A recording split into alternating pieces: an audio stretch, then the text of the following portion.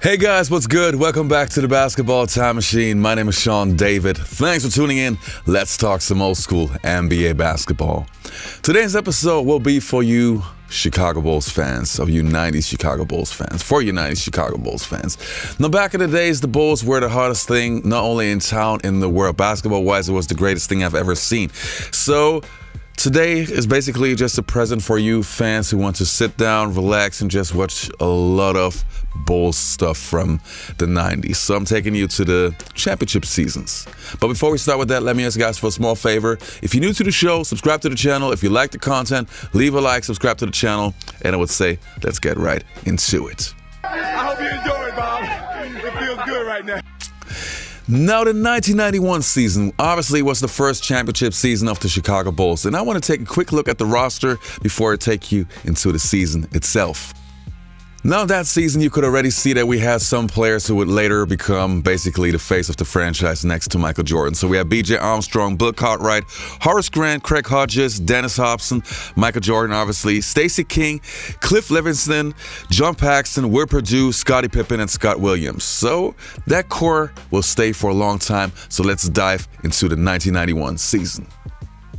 When I was in college, I was a big Michael Jordan fan. For Oklahoma at center, a 6'10 junior from Lawton, Oklahoma, number 33, Stacey King. I had a poster of Michael Jordan on my wall. So when I would go to the game, I would actually rub the poster, one time, sometimes twice if I wanted to have a really, really good game. And I'd go out and score 30, 40. And so I always attributed touching MJ's poster brought me luck. So then, how ironic, I get drafted by the Bulls. So my first game, come in, I felt like I didn't need the poster anymore because I got Michael Jordan next to me now. I remember going out getting ready to go shoot. Michael was had his shirt off. He's had his North Carolina shorts on, so he's in the middle of getting dressed. Which is kind of awkward if you think about this story I'm going to tell you. I start to walk out and I go, wait, you know what?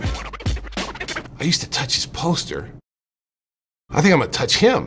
What luck with that? That'll be really awesome because I get to touch the real guy now, and that'll bring me luck. So I walk over to MJ. He's, his shirt's off. He's got his back turned to me. He's in his North Carolina shorts. He's getting dressed. And I walk over and I rub him twice. Now that I look back on it, it was kind of awkward. So he looks at me. He's like, "What are you doing?" He said, "Oh man, I used to touch your poster when I was in college. Man, it used to bring me luck." He said, "Man, get away from me, dude. Don't be doing that." I'm like, and I didn't think it was weird at the time, but then I looked back and I said, "Oh yeah, that might have been a little bit crossing the line." But after that, I didn't have to touch him anymore. He said, "Don't ever touch me again. I'm on your team." So I'm like, "Okay, cool." But your mind tells you, it's a mind thing. You got to believe in something. For years, it was very easy to rely on Michael. Phil brought a belief that as great as Michael was, he couldn't do it all by himself. Phil had to sell Michael more than anybody, but all of us on this triangle offense.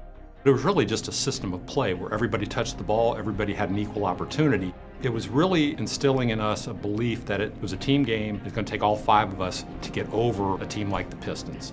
As time went on, we saw the value in it. They taught us how to read the defense. If a pass was taken away here, the ball went to another spot. Here were the cuts that you made off of it. And it was unlike anything in the NBA at the time. That gave us an identity other than Michael.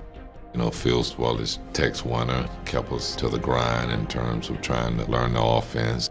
We all realized that we had a learning curve, whether it was growing up mentally or more physically, learning what we had to do to be more competitive and be more complete. I remember Michael telling me and BJ, we're no longer kids anymore. You guys are pros. Be in the gym, working on your games, and be ready to play. We started working out together as a team, and we became closer. For me, it was definitely to get more physically strong, as well as Horace, and for Michael as well.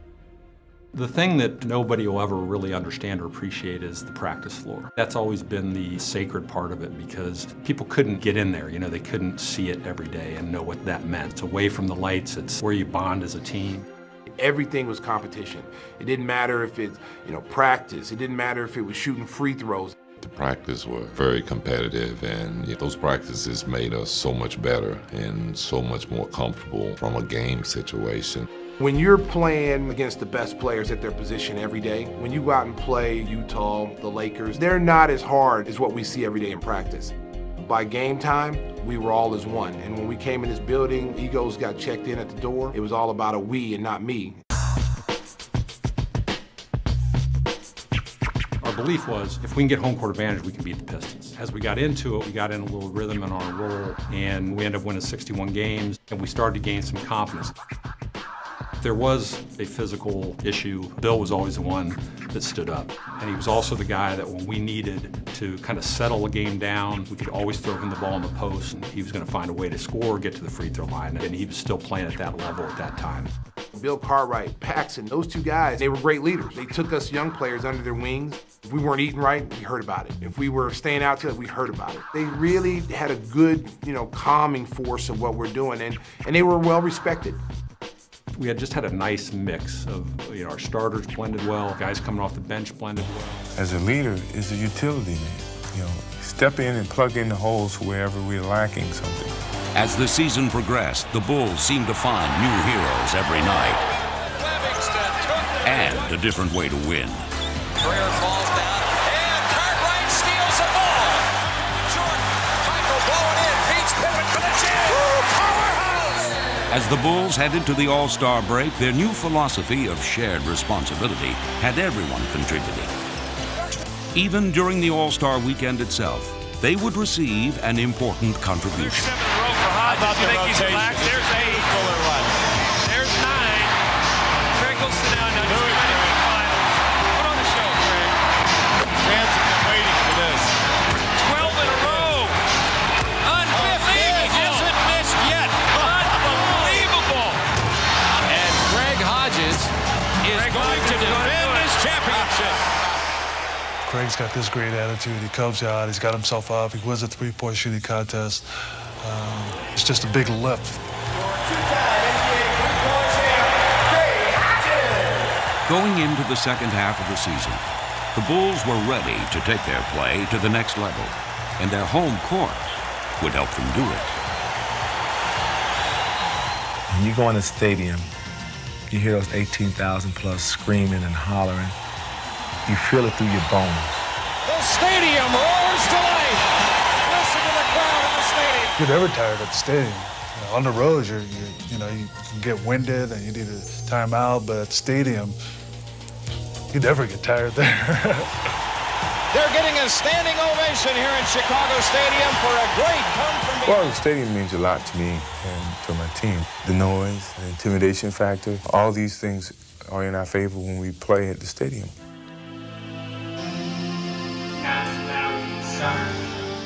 The Bulls would put their home court advantage to good use.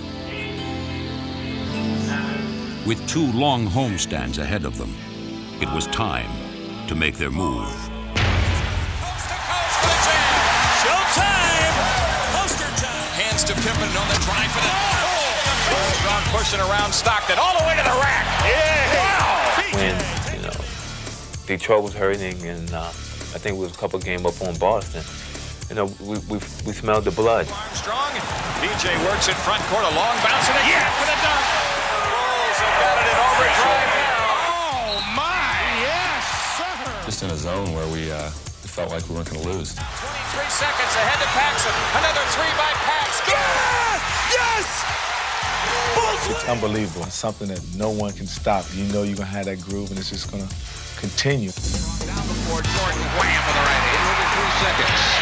Livingston from about 60 feet nails it at the buzzer. Oakley tries to save. It's up for grabs. Pippen with a 30-footer on the way. Yeah! Jordan in deep on Elo. Oh, yeah! Oh!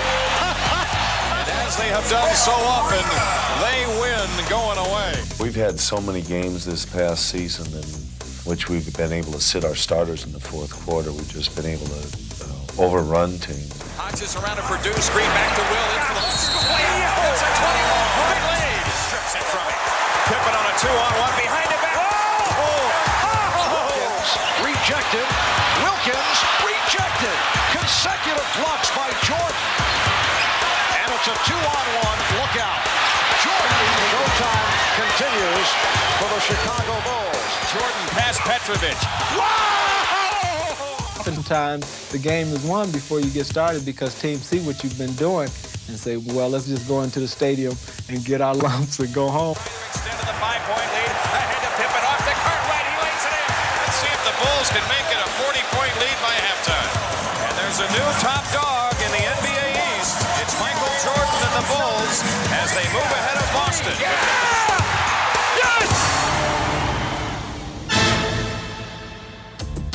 As the season drew to a close, the Bulls had left the Pistons and the Celtics trampled in their wake. Collecting a franchise record 61 victories, they had stormed to the best record in the East, assuring themselves of the home court advantage through the conference finals.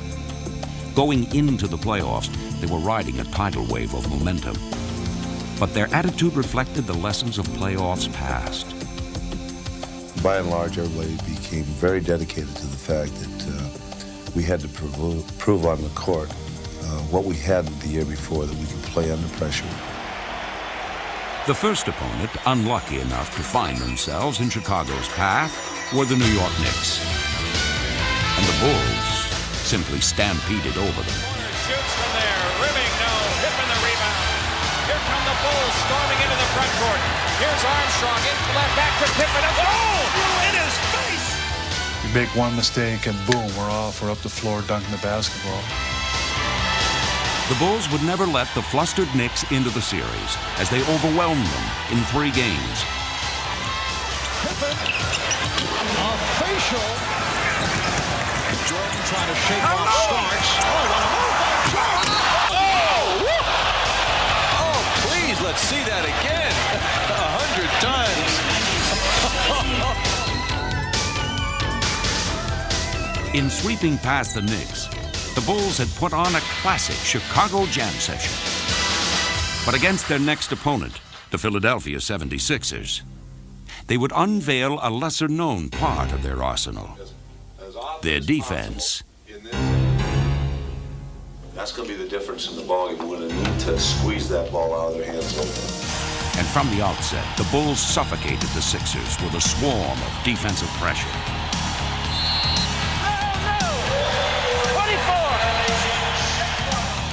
Phil's idea was to take advantage of Michael and Pippen, who just fly around like sleek Dobermans. Michael Jordan, what a play. Oh, my.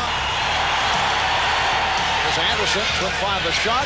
2 on the 24, and Pippen stole it from Anderson. Scottie Pippen all the way. What a move. We rely on our defense to create offense for us, get steals, get easy runouts, dunks. Left side, Hodges, a steal, tipped it loose to Pippen. Scottie ahead to Armstrong. Back to Pippen for the jam. As the series wore on, Philadelphia began to crumble beneath the Bulls' relentless onslaught. We felt that in the process of putting that kind of pressure on the team that we physically felt them weaken. Dispatching the Sixers in 5 games, the Bulls had methodically marched through the playoffs' first 2 rounds. And now, the challenge they had awaited all season long was finally at hand. The Bulls go back to the Eastern Conference Finals for the 3rd year in a row, hoping that the 3rd time will definitely be a charm. 18,000 have turned out at Chicago Stadium for Game 1 of the Eastern Conference Final. As they looked across at the Pistons, the Bulls knew that their moment of truth was at hand. They were about to confront not only Detroit, but also the ghosts of Pistons past.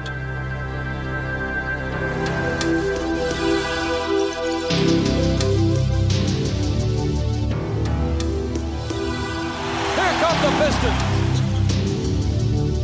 Look at the block by Rodman. The Bulls throw it away. The Pistons have now a return trip ticket to the Eastern Conference Finals. This is a team that we didn't like, and they were at a point where we were trying to get. So it was tough to swallow. Again,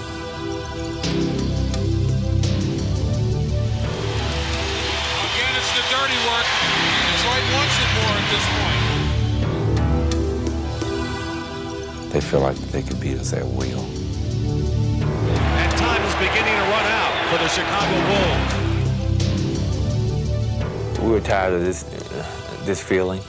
You know, I still remember the pain. And the Pistons are under a minute from getting to the NBA Finals for the 2nd straight year. We were in total despair. They had done it to us again. They had beaten us. The winner of this game plays plays Portland for the NBA title. Michael's not doing it today. You ain't gonna do it today. Do it today. Do it today. Robert, and the Pistons want to make Jordan pay. They do the little things to frustrate us. And the Bulls overreact, and Pippen lost his cool for a moment. We fell apart, and the pressure that we had on us came to play. Chicago Bulls continue to frustrate themselves and their fans. 3, 2, 1. It's over. The Pistons return to the NBA Finals for the third straight time.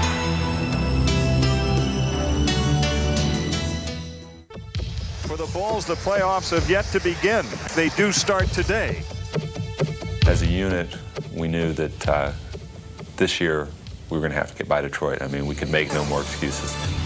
And this year's annual confrontation would finally be played under Chicago's terms. We had any confidence at all. It was the fact to know that we were going to play with the home court advantage. That was crucial because we knew we could beat these guys at home. The Bulls had worked all season long to change the series setting. Now, they were determined to change its plot. It's not going to be the same story. One thing that Phil stressed more than anything against Detroit was they're the physical bad boys. They want to beat you up. We're not built that way. Let's show our athleticism, our finesse. You're playing against a team that knows what you're doing and know the difficulties that you're dealing with in terms of learning the offense. Pippen, yes! Time is running out on this Detroit championship era. Chicago Bulls gunning for a sweep. It just absolutely came together in that playoff series against him. This is what you live for, to play Michael Jordan in the finals. You better eat your Wheaties. Checked it emphatically by Livingston. Help, help! Beautiful look away. Jordan for Pippen. The momentum had shifted. And now it's Mike Dunleavy burning a timeout. 8:42 left in the fourth. For nearly 4 quarters, the two teams had been locked in an epic showdown. And as the game hung in the balance, the role of hero had yet to be cast. Now, we're fine if we communicate defensively down there in the corner series. You got to watch Devon's reach. You got to get out. It's our game right here, baby. Come on, you're tired. In the game's final seconds, Vlade Divac would seemingly stumble into stardom. Going for the game winner. Divac fumbled it, recovered. Yes, and it counts. Divac's dramatic three-point play would give LA a 2-point lead. Oh no! 93. And Scottie Pippen a 6th foul. It was now Michael Jordan's turn to take center stage and to seek redemption. Almost like game one, right down to the second. And the Bulls were unable to score in game one in the closing seconds to avoid defeat. But they're going to take at the end. They're going to take at the end of the court all the way. They have no timeouts left. Full court press. Jordan against Byron Scott. Into the lane, comes up shooting, got it. Game tied with 3.4 left. The Bulls would share Jordan's redemption. Michael Jordan. When he shot, it was like, we're winning this.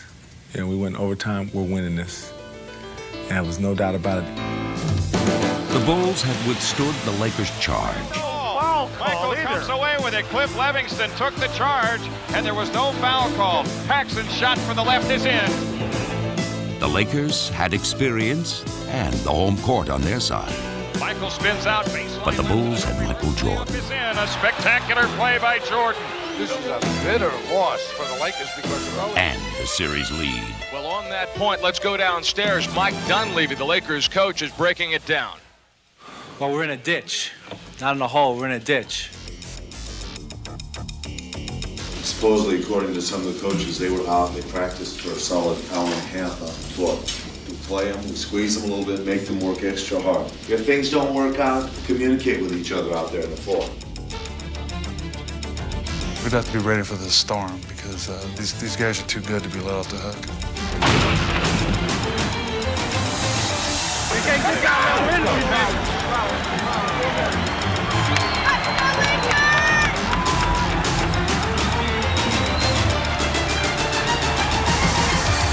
The Lakers' storm was swift in coming. Here's Worthy. Yes. But the Bulls were prepared for its fury. For the Lakers, victory was essential. And their aggressiveness echoed the vital nature of their quest. Rebound AC again. Oh, is he playing his game today? Rebound. Stay after that ball. We got to stay with it. The Bulls were equally determined as they too fervently banged the boards. Rebound inside though by Livingston. Score! And as they stepped up their intensity, the Lakers' storm began to ebb. Williams now with it. Craig Hodges driving into the front court. On ahead to Jordan. He scoops it up. Rimming. Yes! Takes him in the lane. Fadeaway jumper. Bill Cartwright hits it. Here goes Jordan to Grant. Back to Jordan. He takes the last shot of the half and he hits it. Up by 9 points at the half, the Bulls remained focused. If you get them down, you want to keep them down. Let's go get him, bro. We're not satisfied yet. The assault came quickly. And from every conceivable angle, as Chicago's offensive barrage kept the Lakers at bay. John Paxson has been a crusher. And though there was still some magic in the air as LA narrowed the gap, Important sequence for the Lakers. Magic, yes. Johnson's bag of tricks could not prevent another Bull run. Right for the rebound. Quick out of the pass down court. Michael to Pippen who jams! They're on the verge of giving up, boys. Just keep it right at it. They're having a hard time building the energy. All right. The attack was unrelenting. Again. And suddenly, Chicago was within one game of the NBA championship. You know, the thing about it is that I can't feel bad because they just given us a nice butt kicking. With the title on the horizon, the Bulls were reflective.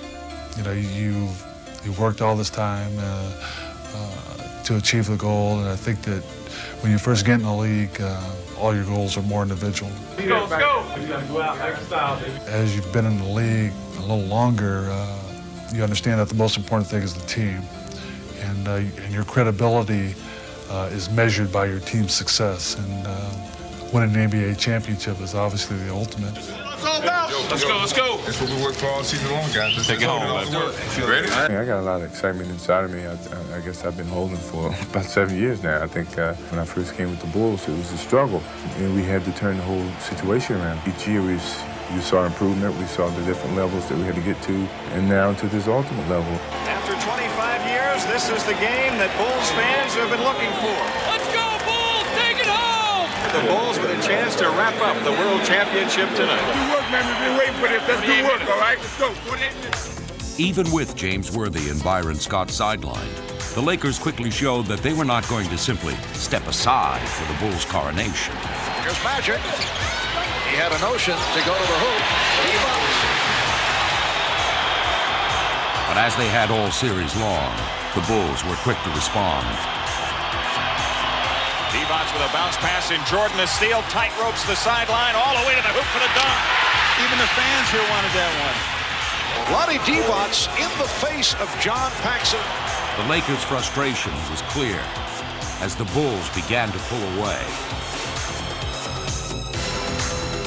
Oh, what a shot by Bill Cartwright. There's a steal. Michael on the breakaway. Showtime as he skies into the air. And here Jordan throws it down. You're getting a fair shake. Just stay in here. You never know. Searching for an answer, LA looked to its young bench. Pass underneath Ellis Campbell with a two-handed monster jam. But the Bulls wouldn't even break stride. Oh, what a move by Michael Jordan. And here come the Bulls on a 3-on-2. Pippen off the hesitation dribble. A spectacular end-to-end move.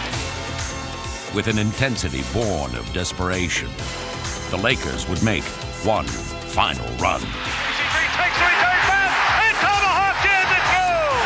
And the crowd goes nuts here at the Forum. Just when it looked like the Bulls might blow out the Lakers, LA comes back with a 6-point run and they take the lead. But Chicago's confidence was unshakable. Tighten up. That's the term.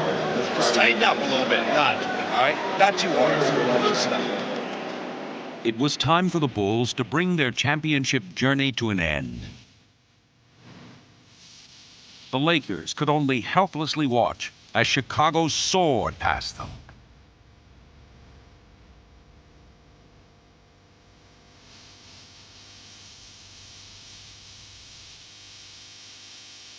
Pippen down court, throws it down. When we run like that, it's hard for any team to beat us. The goal for which Chicago had worked so long was finally within their grasp. And as they reached for it, they also cut something within themselves. It's not the financial rewards, but it's those minutes that we spend together in very critical times, in very pressured times on the floor and sometimes in the locker room, in which guys are one mind and they are one effort. That is really the wonderful thing about ball. They had grown up together. And as John Paxson brought their season to a close, they knew they had become a part of history, part of a team, part of each other.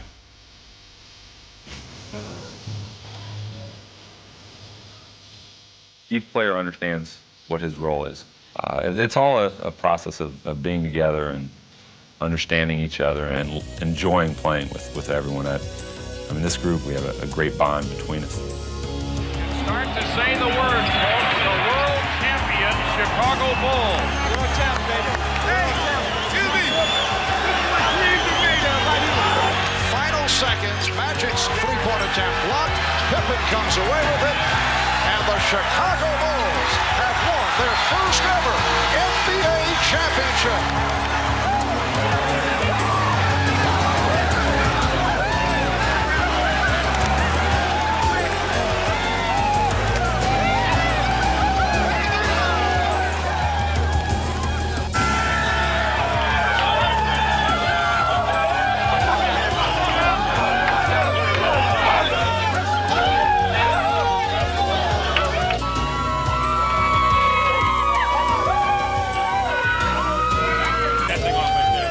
Three things came into play. We stood good team.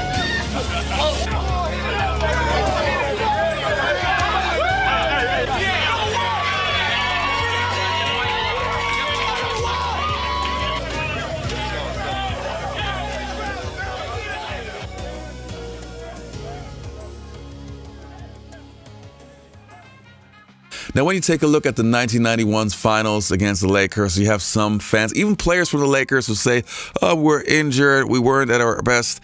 And yes, I get that point, but still, to me, the Bulls would have won that series. Not only because Jordan he was in his prime, technically, and the Bulls roster finally figured everything out, but I also think that the Lakers, even with Byron Scott, James Worthy, Magic Johnson, and all of those guys, their time was over. So I think if they would have been healthy, it would have been a 4-2 series, like a 6-game series, but the Bulls would have won anyway. Now let's get into the 1992 season. After 25 years, the great basketball fans of Chicago have been rewarded by a great basketball team. The 1991 NBA World Champion, Chicago Bulls. As a member of this team and an organization in the city of Chicago for 7 years, it brings me great joy to say we are the world champions. Thank you. It's like the guy on King of the Hill situation. Once you're on top of the hill, you want to defend it.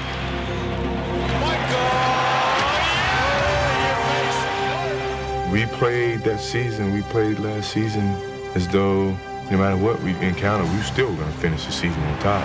To Michael!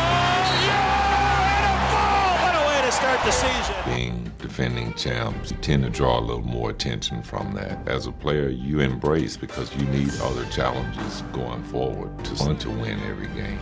Focus on game to game and what we had to do to get better as a team. Reeling off 14 wins in their first 17 games, they began as the league's hottest team and simply refused to cool down. Here comes Jordan to Pippen. We tried to focus on winning streaks. Get a 3 or 4 game winning streak here. Forget about a loss. Come back, get a 3, 4, or 5 game winning streak the next time out. That's the way you have to play this game, and that's kind of our focus. Chicago's success had always focused on Michael Jordan, but this year, more than ever, he would share the spotlight with another superstar. Jordan with it. Pippen all the way. Blocked by Pippen. Scottie on a break. People started taking notice that this wasn't a so-called one-man team, that there was another guy by the name of Pippen. Pippen to the hole. Oh, what a jam by Pippen. He, more than anyone on our team, played with that arrogance. McDaniel. Blocked out of bounds. Scottie Pippen. Once you become a champion, you got to walk, you got to carry yourself out like a champion. And with Pippen and Jordan strutting their stuff, the Bulls ran opponents off the court. Michael to his left. Gets it. Slams it. We get Michael and Scottie going. Here comes Jordan. Behind the back, Pippen. What a play. What a play. We're unstoppable. Pippen. Oh, yes, sir. Showtime. Michael Scottie. You just can't concentrate just on one person, because if you do and you're trying to watch the left, then the right's going to put you away. Here comes Jordan. To Pippen. There is a highlight, man. It's like poetry in motion.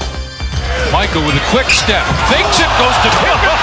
The fan inside you takes over, and you just sit there and watch him. The rest of the NBA could also do little more than watch as the Bulls steamrolled through the league. To Michael! Oh, beautiful work! And though Pippen and Jordan captured the headlines, there were other Bulls who were quietly contributing. Horse is our workhorse. And his brand of work is straightforward in nature. Blue collar.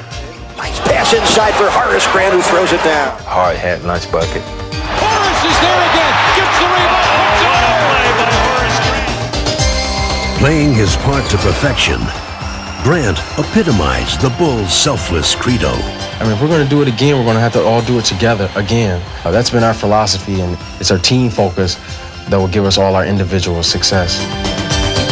Unified by their common goal, the Bulls were bound together more tightly than ever. We're role players, basically. You try to fit your talents in, and you got to root for one another. Williams slammed up. Cross-court, Haji, open three. Everybody that comes in has something to offer this team, has a string. Together, the Bulls overpowered opponents and made it look easy. They're going crazy at the Madhouse on Madison. Oh, nice. Oh, yeah! Tries to spin. Does. Grant with the block. And here come the Bulls. Here they come on the run. Oh, yeah! Piling up win streak after win streak, the Bulls stampeded into the All-Star break with the league's best record. And even in Orlando, they continued to shine. The head coach of the Eastern Conference All-Stars, Bill Jackson. His tongue is out. Craig Hodges has won his third consecutive shootout title. As I was growing up, when we was playing against the Celtics would come in and, they knew they was going to beat us no matter how we start the game. They just knew we were going to fold and they were going to come back and beat us. Kevin McHale would talk more trash than anybody you've ever seen, and Bird as well. But they knew they were going to win. And I think we had that same attitude. Jordan, a running conversation with Stacey Augmon hits for the... When you trash talk, that's a game. It's a game of psyche now. They're talking to Michael right now. You love to see it. He hit the shot on you, and then he tells you about it. Jordan and Starks chatting with each other. They try to take it as a one-on-one confrontation to me, which totally takes away from their team concept. The one thing when you play against Michael Jordan, you not only have to stand up to him physically, you have to stand up to him mentally because he will torment you. I know how to play the game. I don't think they know how to play the game when I'm talking to them. He looks for something to get him in this kind of frame of mind. Just like that, in your face. See, he looks for an edge. He wants Starks to come back at him. No matter what trash you talk, we're going to talk the most trash, and we're going to back it up. Let's watch Jordan. I think he's talking to Mutombo. I told him I was going to shoot this with my eyes closed. Nah, you won't do it, you won't do it. But he never known I've done this before.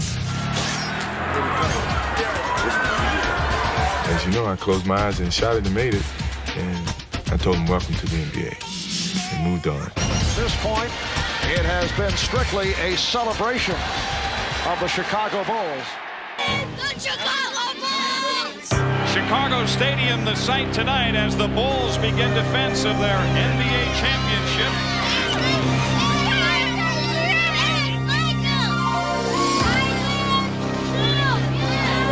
This is the biggest focus of the season, is the playoffs. And welcome to the excitement of NBA playoff basketball. I thrive on it. I love it. All right, let's see it. It's a joy for me to step in front of that camera when you know millions of people are watching and show the skills and the creativity that you have as an athlete. Showtime. Jordan with Edwards on him. Jordan will hammer. Pass goes inside as Rice does more. Jordan just erased the ball. Kyle started getting going, man, and it's like you feel it go right through you. Jordan drives again. Jay pushes it up himself. Crosses over, down the lane.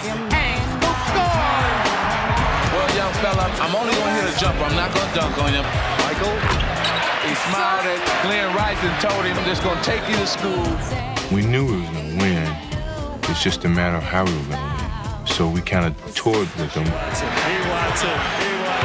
Sees the double team coming and just goes to the hoop. We were more talkative, more playful, more entertaining with them than any other team that we faced. But when it came down to where we had to put these guys away and move on, you know, we did it. Edwards drives in against Jordan. Michael knocks it away and gets it right back. He's got Livingston in his right, Horace Grant in his left. Goes inside. Oh, classic Jordan!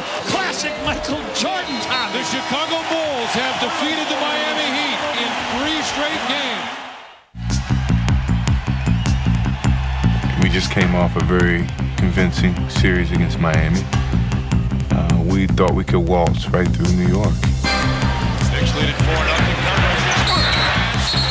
Yes, sir. Oakley just came over and annihilated Bill Cartwright. Knicks showing tenacious defense. 3. B.J. Armstrong with the spot up that shot. That's a violation. It'll be the Knicks ball. We anticipated playing them a certain way, and they came out totally different. Physical, hungry, aggressive. Chicago is a confident, cocky team. They've sort of breezed through the league all season. They breezed through the first round of the playoffs, and right now they're being challenged. Big jam by Ewing. They are stunned here in Chicago Stadium. They shocked us the first game in our place, which was very embarrassing to us. This team is for real. If anybody took them for granted, you know, certainly we realized that, you know, their team to deal One with. had been a rude wake-up call. Okay. Now remember the energy that got us here. We got to rebuild the momentum as you guys have your little thing. You got about half an hour here with the momentum. But in Game 2, Pat Riley's troops could no longer rely on the element of surprise. Now it would be the Bulls who would dictate the tempo as they worked their offense to perfection. Here's Paxson spotting up for 3. Yes! Shot clock finds B.J. again. He looks inside. He's double teamed. Splits it in the lane. Hangs. Hits! In this game, the Bulls would play the role of aggressor.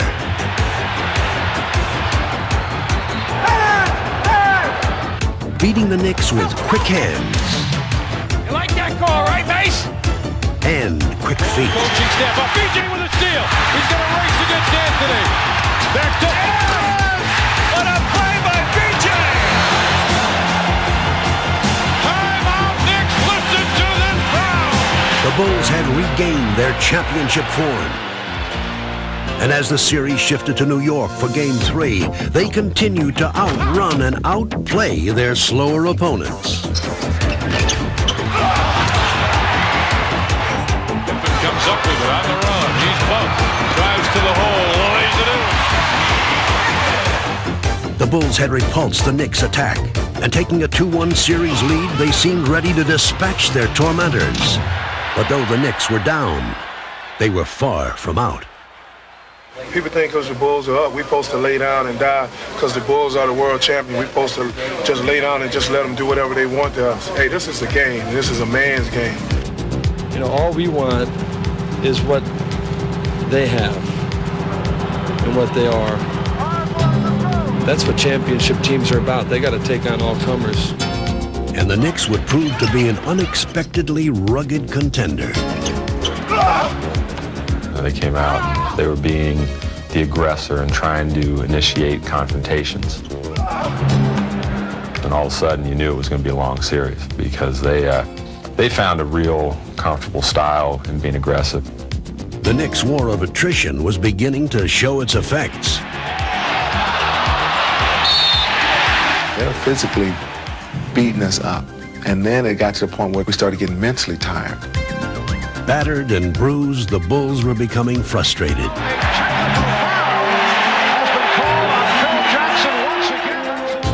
And as Chicago seemed to weaken, New York grew stronger. What you have to understand is that they were playing some good basketball at the time. That was a bad thing, is that it'd be different if they were coming in and just trying to beat us up and not playing very well, and they weren't getting good performances out of people over there, but they were. Taking 2 of the next 3 games from Chicago, New York would even the series. Yes, and it counts.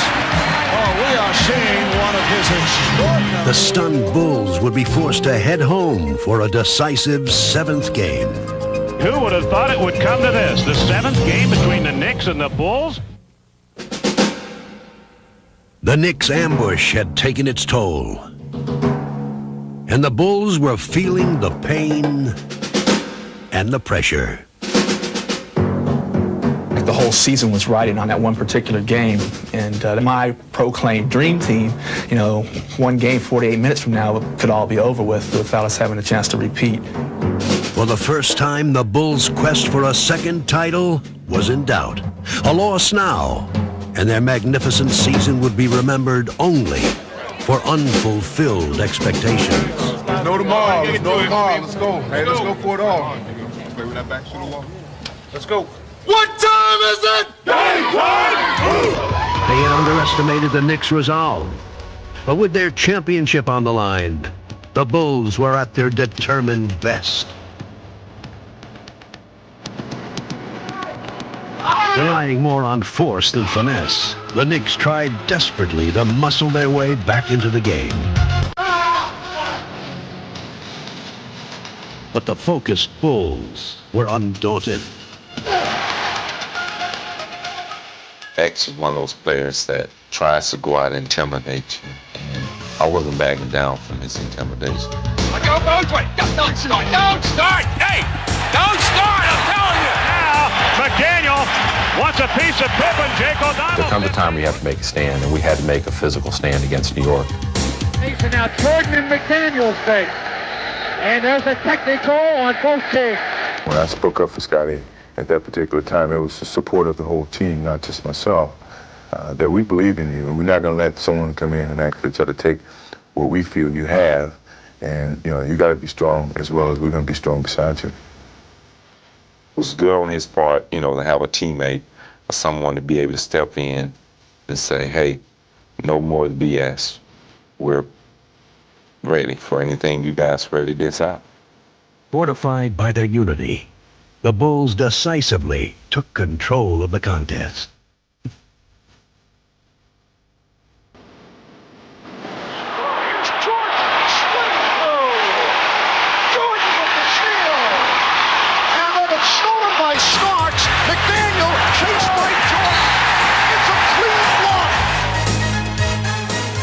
Closing out the series, Chicago gratefully put this unexpectedly grueling test of their championship medal behind them. The Chicago Bulls have defeated the New York Knicks 110-81. I think the New York series did a lot as far as finding out what we were really made of. It tested our characters to see if we could respond to adversity. Well, I think this team has outstanding character. I think they understand how they have to support each other, both mentally and physically. But I think the character ultimately sets this team apart from the other teams in the league right now.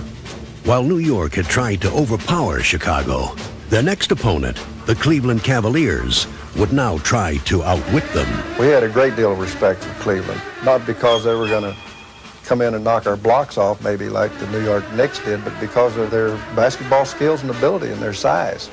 The air of invincibility that had marked the regular season was gone. Chicago 0 for 11 tonight. They have yet to hit a field goal. And the Bulls would again be forced to fight for their survival. Unable to solve Cleveland's disciplined half-court offense, Chicago resorted to a relentless inside assault led by Michael Jordan.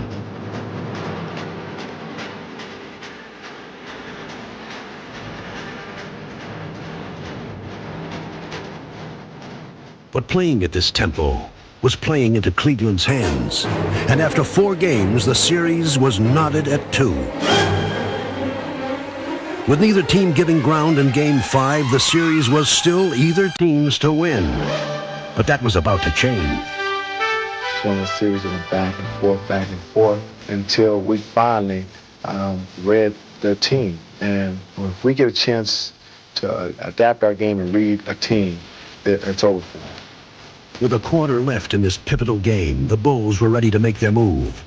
The starters would begin the assault. Chicago Bulls on fire.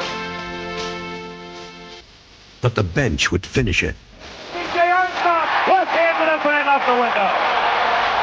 DJ with 9. With B.J. Armstrong and Cliff Livingston pushing the Bulls' attack into overdrive. The Cavaliers simply couldn't keep up. Needing just one more win to complete their long journey back to the finals, Chicago was relentless. Tonight, the game we've all been waiting for. You got a classic basketball game with 2 very desperate and determined teams. Though Cleveland fought valiantly, the focused Bulls methodically closed out the series. Oh, what a look from Jordan finding Grant. Chicago Bulls are headed back to the NBA championship round. So I think there was a mission that would be at Portland to play for the championship. But along the way, we had to get through those other obstacles, and we did. Not easily, not in a pretty manner, but maybe it's a test of character that the team was still able to regroup itself despite disappointment and get here. And I think that's who we are.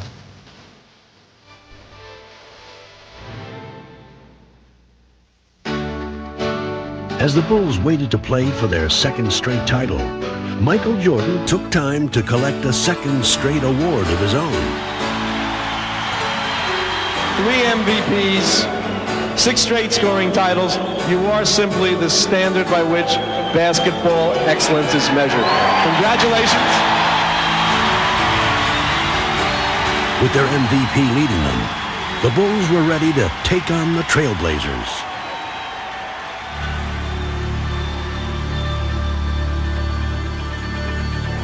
Good evening, basketball fans. Michael Jordan has just dismantled the Cleveland Cavaliers. And the Chicago Bulls will make their second straight trip to the NBA Finals, where the Portland Trail Blazers await. It was a tailor-made final. This is a series everybody has been waiting for with bated breath for 2 years. Portland was going to play against Chicago. The world, the country wants to see Portland versus Chicago. And then it became individual competition. Jordan against Drexler, Clyde against Michael. See, this is what Michael lived for. He wanted this challenge, showing Clyde, not only Clyde, but the world that, hey, I am the greatest, I am the best in the world. This is the inner thought that I had. This is my motivation. And that's not to get Clyde mad at me if he ever sees this video, but when the game and when the ball's thrown up, it's going to be a differential between the two of us. And I'm going to let you choose which is best. Michael sideline, he runs right by him, stops, fires, come on! Jordan eluding Robinson. Yes, Jordan posting up, goes to the fadeaway, through the fire. I was in a groove, I was in a rhythm that I can't really explain. Blazers get back, Pippen back for Jordan for three. I started hitting threes like they were free throws. There's Pippen, setting up Jordan, wide open again. The rim seemed like a big old huge bucket. Back to Michael. Pippen fires a three. Another one. That's unbelievable. And I can't miss it. Come Michael. Three again. No! Woo! Ball is stolen by Pippen. 2 minutes to beat. Right for the basketball. Stolen by Michael Jordan. Jordan with his magic carpet threw it down. He's everywhere. He's everywhere. This place is pandemonium. Grant for the rebound out of Paxton. And a Jordan fires another three. Oh, no! I don't believe it. 3-pointers from Jordan. What in the world is going on? There's Jordan for three. Yes! Did you see that one? Michael indicating he can't believe it. After a while, I just looked at Marvin and Magic and those guys. What can I say? I mean, it's not me. It's just a moment. This is the greatest performance, maybe ever, in the history of this league. I'm a very competitive person. I mean, I hate to lose. I compete at practically everything, and competition is everything to me. The Trailblazers win Game 4 and tie this series at 2 games apiece. When you lose, you're easily forgotten, and I don't think anyone want to go to their graves forgotten. And the defending world champions are 1 victory away from making it 2 NBA titles in a row. To compete, to win, that's all I live for, really. Game 6, a 3-2 Bulls lead in the series. This is the 104th game of the year for the Bulls. That's a long haul, and it could all end here this afternoon. Jordan with a rebound. Almost traveled to the backcourt. Cross-court pass stolen by Jordan. Double pump, Wheels missed the wide-open layup. Reached out to push him. Jordan drives to the basket. Double pump, lays it up short. No good. Ball knocked out of bounds by Michael. And Michael Jordan is tired. He's a tired player. I was a little tired, and Phil knew I was a little tired, and he put me over and he said, well, let's see what happens with this second team. Pippen out front, starts a move on Duckworth. Jump pass left side, BJ in the left corner. Hansen fires a three and scores. Next thing you know, I'm on the sideline, I'm watching this. I'm like them, when I'm playing. Now to Pippen, backs in on Drexler. Turns, double, triple team, spins through it and lays it in. The lead is down to 5. All I wanted was a second chance because, all up to that point, I was playing like the dog. And then I started looking at Phil like, okay, I'm ready now. This could be the time. Put me back in. We cut the lead down, and the momentum had completely changed in that game. Portland starts to panic a little bit.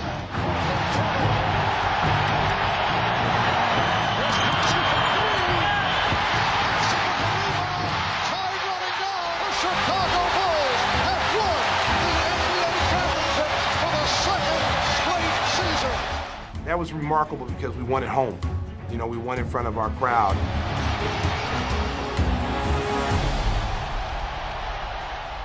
The Portland series was amazing. I mean, we had Clyde Drexler, Michael Jordan, the Blazers, who were always considered to be the best team in the West for quite some time. But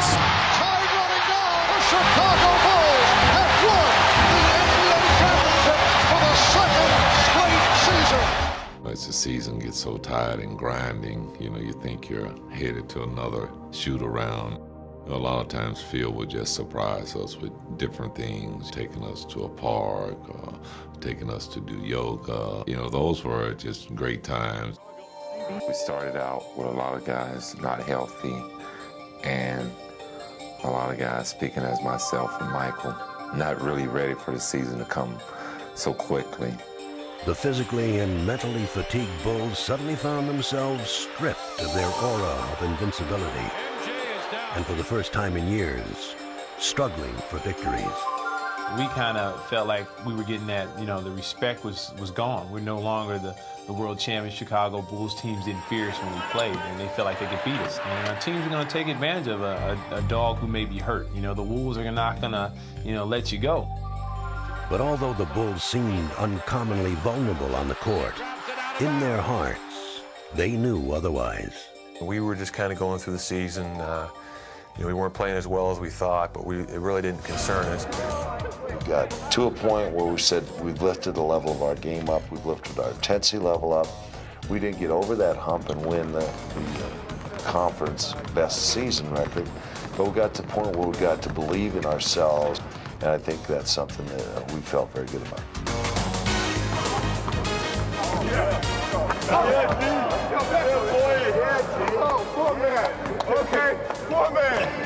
Enthusiasm for the game was back, our energy, all of our players was back healthy, and everything was there. We just needed to bring it to the court and perform.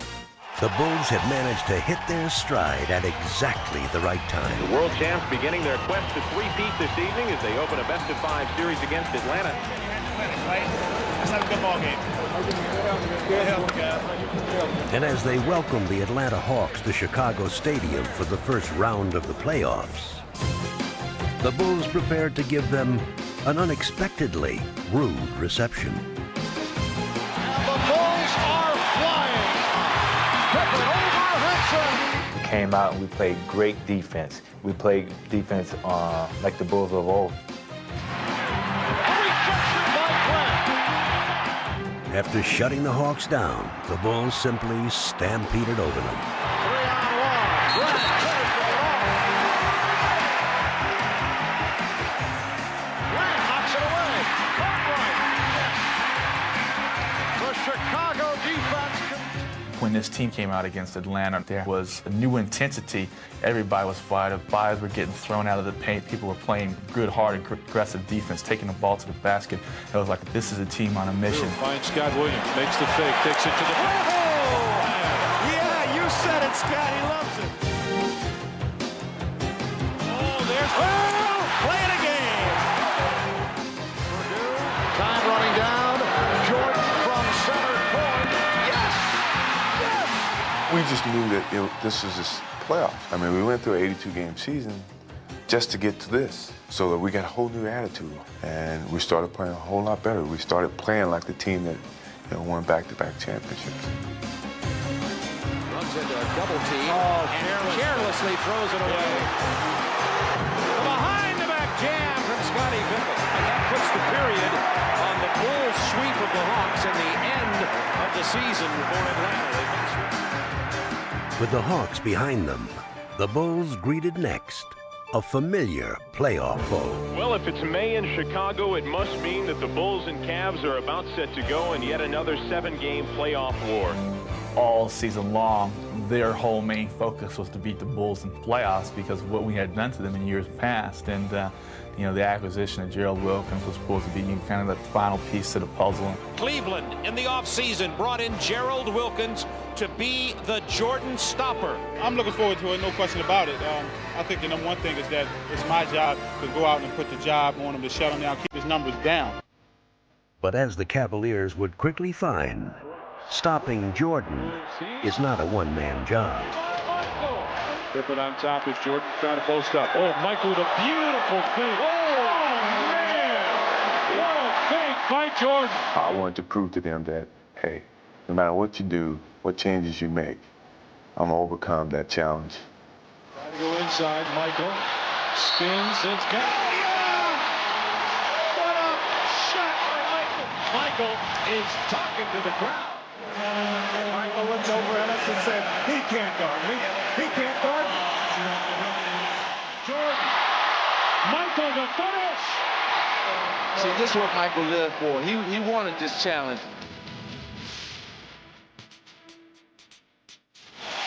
So much for Gerald, and I'm going to shut Michael down. Jordan Stopper had a tough time tonight.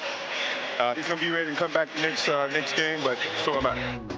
Following Jordan's lead, the Bulls would continue to overwhelm the helpless Cavaliers, Pippen throws it down. easily taking the next two games. That's what we're seeing out of Chicago. Look at this Chicago defense. The double team with Grant and Jordan, the steal. B.J. Armstrong, Jordan. Lay-in and the foul. A standing ovation for this Bulls basketball team, and they look invincible. There's that defense. It's 3-on-3. Michael Pippen.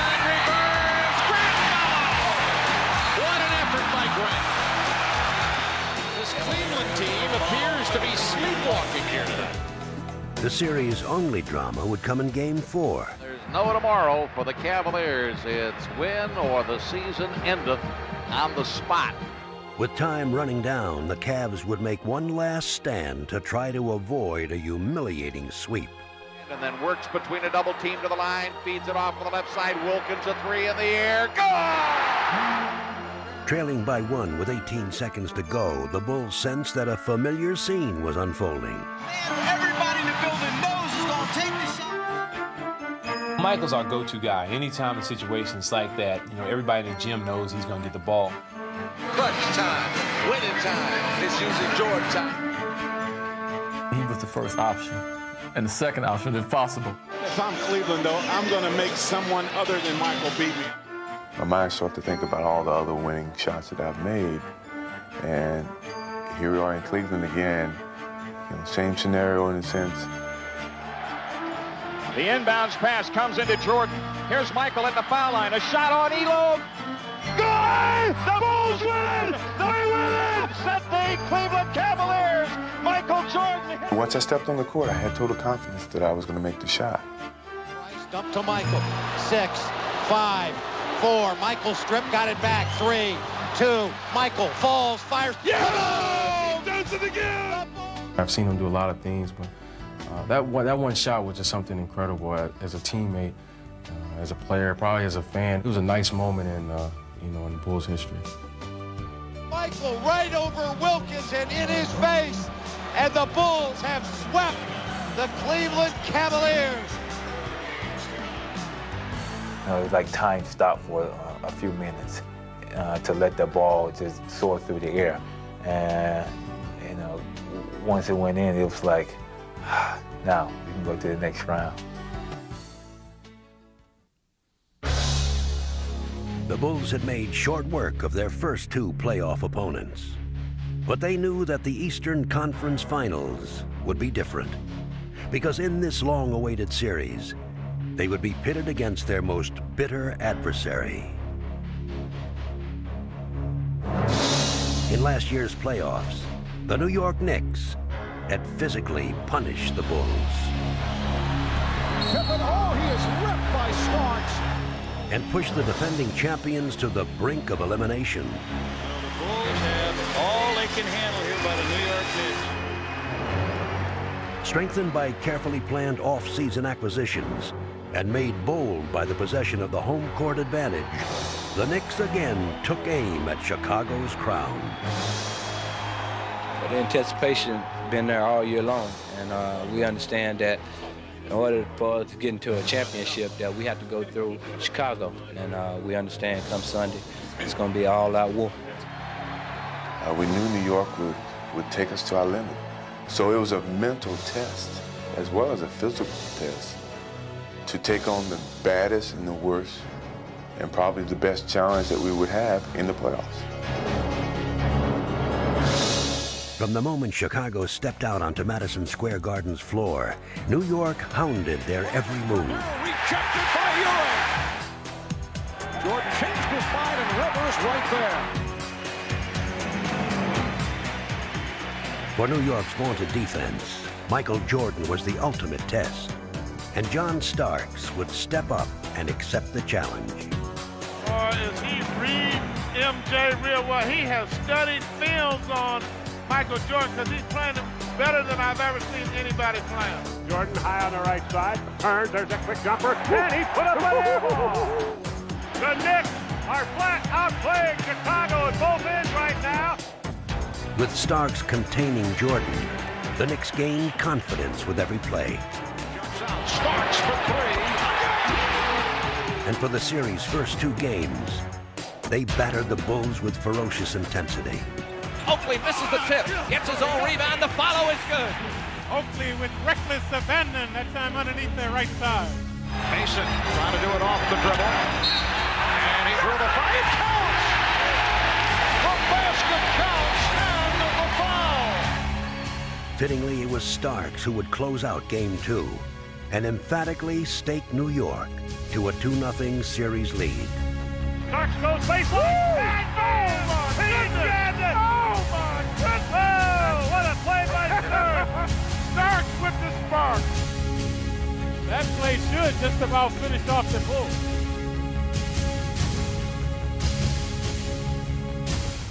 Oh, we're concerned. There's no doubt about that. But, you know, they're playing their style of game on their home floor. They're not going to play that style of ball game on our floor. The Bulls have come back from one down, but have never had to come back in their 2-year dominance, trailing 2-0 in a series. After those first 2 games, they really started getting real cocky and thought they were going to sweep us, and this was the time to do it, and we had another thing in store for them. I think we left New York saying, let's use Chicago as the springboard, and let's make them pay a price in Chicago. And the price was, don't let them out with a win. No matter what happens, we have to take them both times. Racing out to an early lead, the Bulls made sure that this critical game would be played on their terms.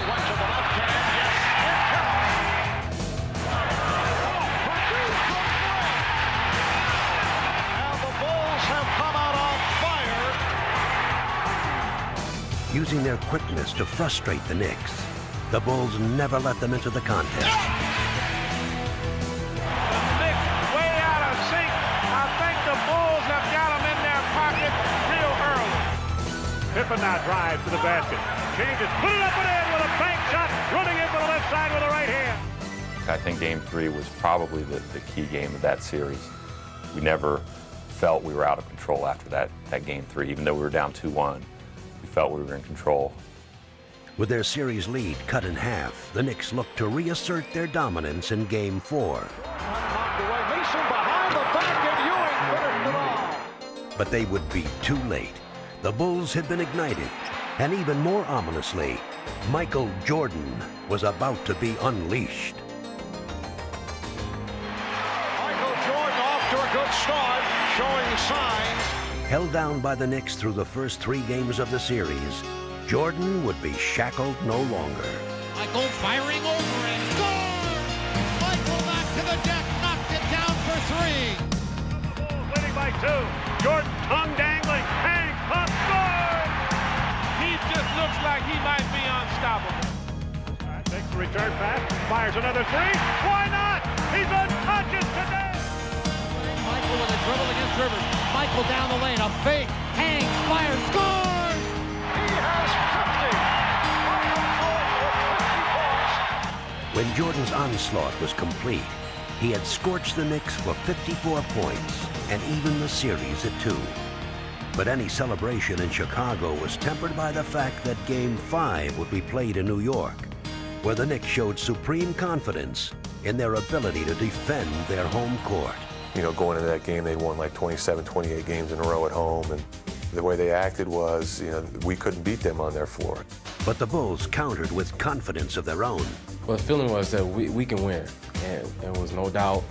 Wasn't much said. We never came out and said, well, we're going to beat them. I think it was just a feeling that we had we could beat them in Game 5. Feeding off their success in Chicago, the Bulls burst quickly out of the gate. The Bulls on the run. A facial soaked up at John Starks. But doggedly, the Knicks kept pace. Here's Starks to the hoop.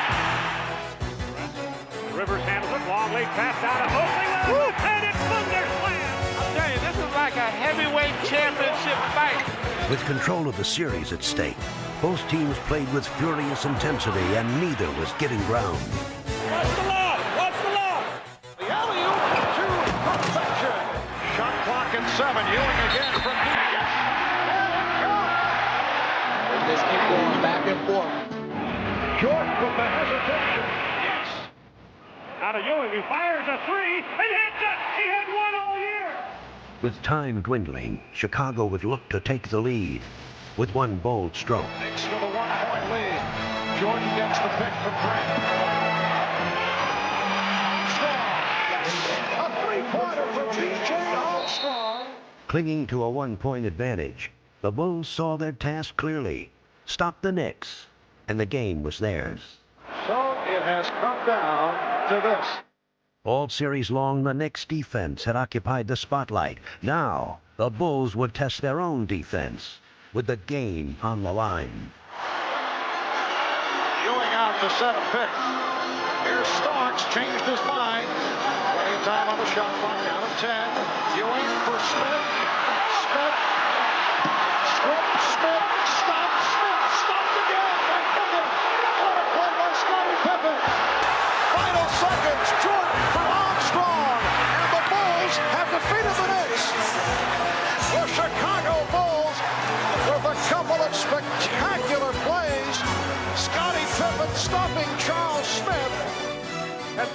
The Bulls can win it all. They can close out the Knicks in Game 6 at the Chicago Stadium. You felt the air go out of Madison Square Garden as we ran off the floor. And I'm sure there were quite a few people in that building thinking this is the last time we're going to see this New York Knicks team this year. As they triumphantly return home, a loose Bulls team looked to finish the series, while the once confident Knicks had lost their swagger.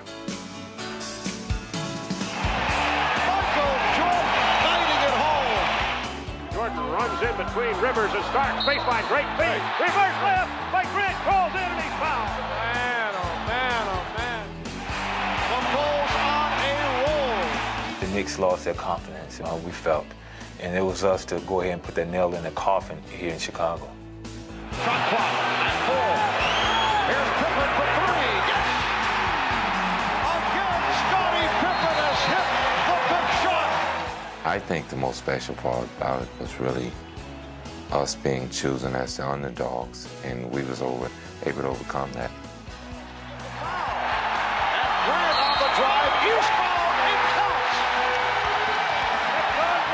It's all over in New York.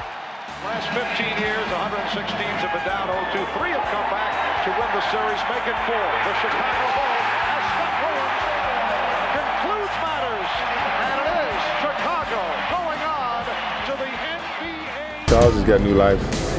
I think he's taken an energetic attitude in Phoenix and kind of giving them the life that they need to get them over the hump. He very well could be right in terms of getting out of the West and competing for the championship. The Phoenix Suns are on their way to the NBA World Championship. The 1993 NBA Western Conference champions.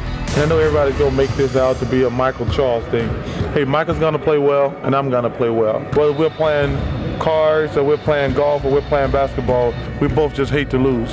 We can talk about Charles all we want to talk about. Michael Jordan, the NBA Finals. Are you kidding me? Jordan against Barkley. Turns and faces Barkley. Jordan with a little fake. Another fake. Now he comes to his left. Here's the 14-footer. Good. What did I say? 14 feet away, it's like a layup. I mean, I played against him a lot in the regular season, and he was really, really, really good. But in the playoffs, I've never seen or known a man who got that much better. That's why he's MJ. Ahmad Rashad back at America West Arena. Now, if you've ever wondered what it would be like to be like Michael Jordan, well, imagine people trying to find you everywhere you go. This was yesterday. He was out trying to play golf. We obtained this footage from a local station here, and it was shot from a helicopter. They found him. It was really weird because it seemed like these dudes, as hard as they competed on the court against one another, would go break bread or go get around to golf in between the games. He got a lot of money, and I like hanging out with people who got money. We never played golf. That was a misnomer. That really bothered me and Michael for a long time because, people saying that Michael becomes friends with guys so he can soften them up. I'm like, dude, me and Michael never played golf. When Michael was playing golf yesterday, the reports came out that he was playing with Charles Barkley, when in fact, it was Quinn Buckner that was out there. I will tell you probably the toughest thing for me that series. I got home after game 2. My daughter was crying. And I had never let her down in a basketball game before. And I had a great game. I had 40-some points. Chicago led by as many as 14. Barkley all the way. Phoenix with the lead for the first time. When I got home, she was crying. She says, Dad, she was in tears. She said, what happened? I said, I don't know if I'm better than this guy. And I'd never said that before about another basketball player. I don't care who it was. I said, because Magic Johnson, he's better with me because he got Kareem and James Worthy and those guys, and Bird's great, but he's got Kevin McHale and Robert Parrish. But I never played against a player I thought was as good as me until that night I had 40 and Michael had 50. And Jordan able to finish it off. And the foul. And I told her that night, I said, I don't know. I've never played against a guy I thought was better than me until tonight. And that was the toughest part for me, that series. Barkley was hell-bent on bringing the first championship to the Phoenix Suns. It's just unfortunate that he had to go up against the baddest man and ever wear a pair. And the Bulls wasted little time in putting their business-like approach to good use. Start right, bounce back to Michael. He stops, fires, banker, good. get open shots against New York like this. Playing with ruthless efficiency, Charles backs into the lane. Rejected by Scott Williams. they outmaneuvered the Suns on both ends of the court. The Bulls executing beautifully. Jay lost it on the dribble. Dumas gets it back. He picked it off by Pippen. Ahead to Jordan. Jordan on a breakaway. And there's a highlight reel as he jams it in. The Suns looking shaky here in the early going. Stolen by Cartwright. Goes up with a hook and scores. Phoenix will talk it over. Get up on top, play some defense. Let's get some steals. Well, the Suns definitely need to make a run here. Jordan spins away on Marley. He'll take it all the way to the basket and drops it in. Oh, what an explosive move. Tucker squares up, shoots off the back of the rim, and Paxson with a great feed inside of Pippen for a two-handed jam. A stunned Phoenix team seemed helpless to even get into the game. And the Suns right now playing Matador defense. They're kind of sitting around watching each other, expecting something to happen when they got to make it happen.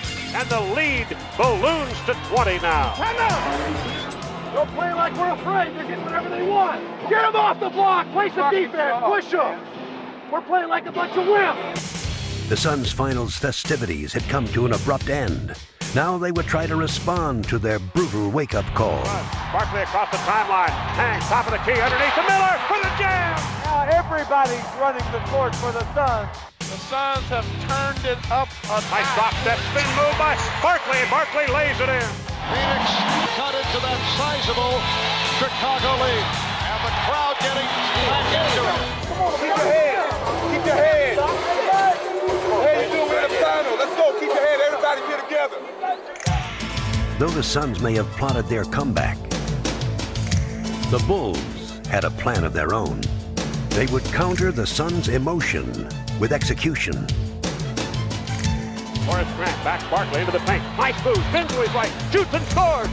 Stealing the home court advantage. Bulls not rushing their shots again, showing the patience. BJ measures a three. They would leave the Suns in disarray and bring their once high spirits crashing down around them. The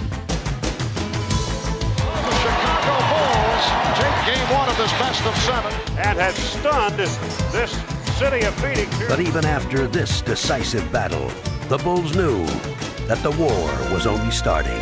But one game don't make a series. I think, they are proving that, so I really feel that, we just take this game, pile it in with the rest, and go for another. We have learned an awful lot about how you have to come out. We've learned a lot of times the hard way. Nobody has to play out of their minds. We don't have to have anybody have the game of their lives to beat this guy. Let's not be satisfied with the first one. Go, boys. Don't let down. Don't let down. That's hard. Let's not be satisfied with the first one. Let's do this. Play hard, play tough, play smart. We don't have to be miracle men. We just have to play our games. If it's aggressive, it's good enough. Barkley top of the key, guarded by Grant. Pull-up jumper, 18-footer. Good. That's the first lead for the Suns in this series. Scottie against Dumas. Dumas stripped it and stolen. Dumas to steal. To Johnson. To Dumas running in and he jams. This is where the fun starts right now. This is what we're here for. The Suns opened game 2 on the offensive, and the Bulls found themselves back on their heels. Now let's find the rhythm. We haven't gotten a rhythm yet. Let's find a little bit of rhythm out there. The Bulls responded with an assurance that came from hard-won experience and from possessing one of the game's most devastating offensive weapons. Jordan comes out and gets the ball. Takes it inside with the left hand and scores. There you go. Now Michael, top of the key against Barley. Ball away, jumper. Got it. Something but net. Out to Michael Jordan. Suns double team. Now to Jordan breaking to the hoop. A no-look pass for Grant. He drives and jams. Pretty play. Marley on a drive the other way, runs on in, he missed it. The rebound, Michael, who jerks it away from everybody. Looped ahead to Paxson, to BJ running in, to Horace, he goes up and jams it. And the Bulls have hit their last 8 shots on fire. And a timeout taken by Paul Westphal. Michael Jordan and the Bulls had taken over the game, but the Suns had an answer. I want the ball to go inside this time. They would look to their own superstar, and Charles Barkley would lock arms with Michael Jordan in a determined struggle for control of the contest. Now underneath, Michael fights up, scores with a left hand. Matching each of Jordan's sensational plays, Barkley kept the Suns in the game by sheer force of will.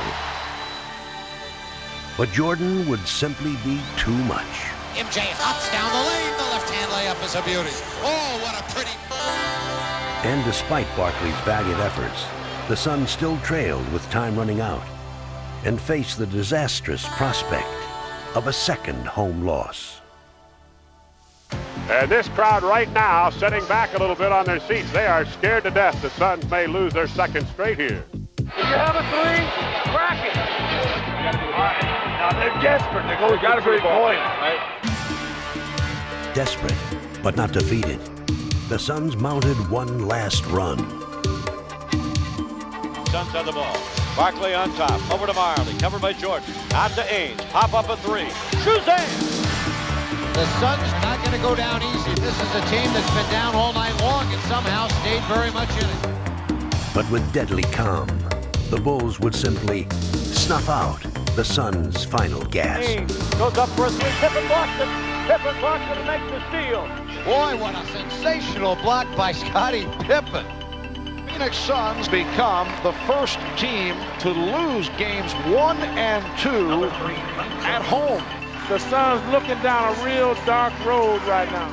And the Bulls are going to head back to the Windy City with 2 in hand and 3 if needed to be played at the Chicago Stadium. As the series shifted to Chicago, the Bulls' 2-0 lead seemed all but insurmountable. And their fans confidently expected to see them take the next step towards their historic goal. The Bulls have won the last 2 NBA championships, and they're trying to three-peat. But from the start, the game didn't go according to plan. KJ starting on Michael Jordan today. As the Suns showed that they would be far from cooperative. Offensive foul. And the defensive changes bothered Chicago early. Shoves a weak pass, cross court, tipped away from BJ by Douglas. He breaks away with another throw down, his third quick basket. The Suns had surprised the Bulls on defense. Now on offense, they would surprise even themselves. Squares up for a three. Yes! Oh, what a shot! Boy, Marley has come to life. Shot clock at 2. Marley fires and hits. Three-pointer from beyond area code range. Chicago's dreams of history had been rudely disturbed, and now they found themselves scrambling to stay in the game. We'll throw in. What a play! He fooled the Suns. Close pass, top of the key right side now. To Oliver Miller, who has his pocket picked to the blind side by Michael. Here he comes. He's wide, but he jams it down. With the score tied, this game of strange twists would turn even stranger. KJ picks the ball away. Here's a long lead pass to Marley. Marley jams it, no basket. Timeout was called on the break. Can you believe it? And as the clock reached its final seconds, the game was still tantalizingly up for grabs. Barkley will try to win it one-on-one on Horace Grant. In and out, rebound Chicago. Jordan calls a timeout. The Bulls will have it at midcourt. We're tied at 103. This is a barn burner. And what a ball game we have had. Pippen holds. He looks, throws it near the basket. Grant catches, dip short. Oh! The game was headed for overtime and into basketball lore. It was incredible to watch because sometimes it seems like neither team could score, and then at one time they were just going back and forth scoring at will. So it was kind of a, who was going to give first. Time running down. Here's Ainge to win it. We go to a second overtime. Danny Ainge with a chance to wrap it. I mean, you kind of wondering if this is one of those, 27-inning baseball games where you're still sitting there at 3 in the morning, waiting for something to happen. 3 and 2, 10 seconds to go.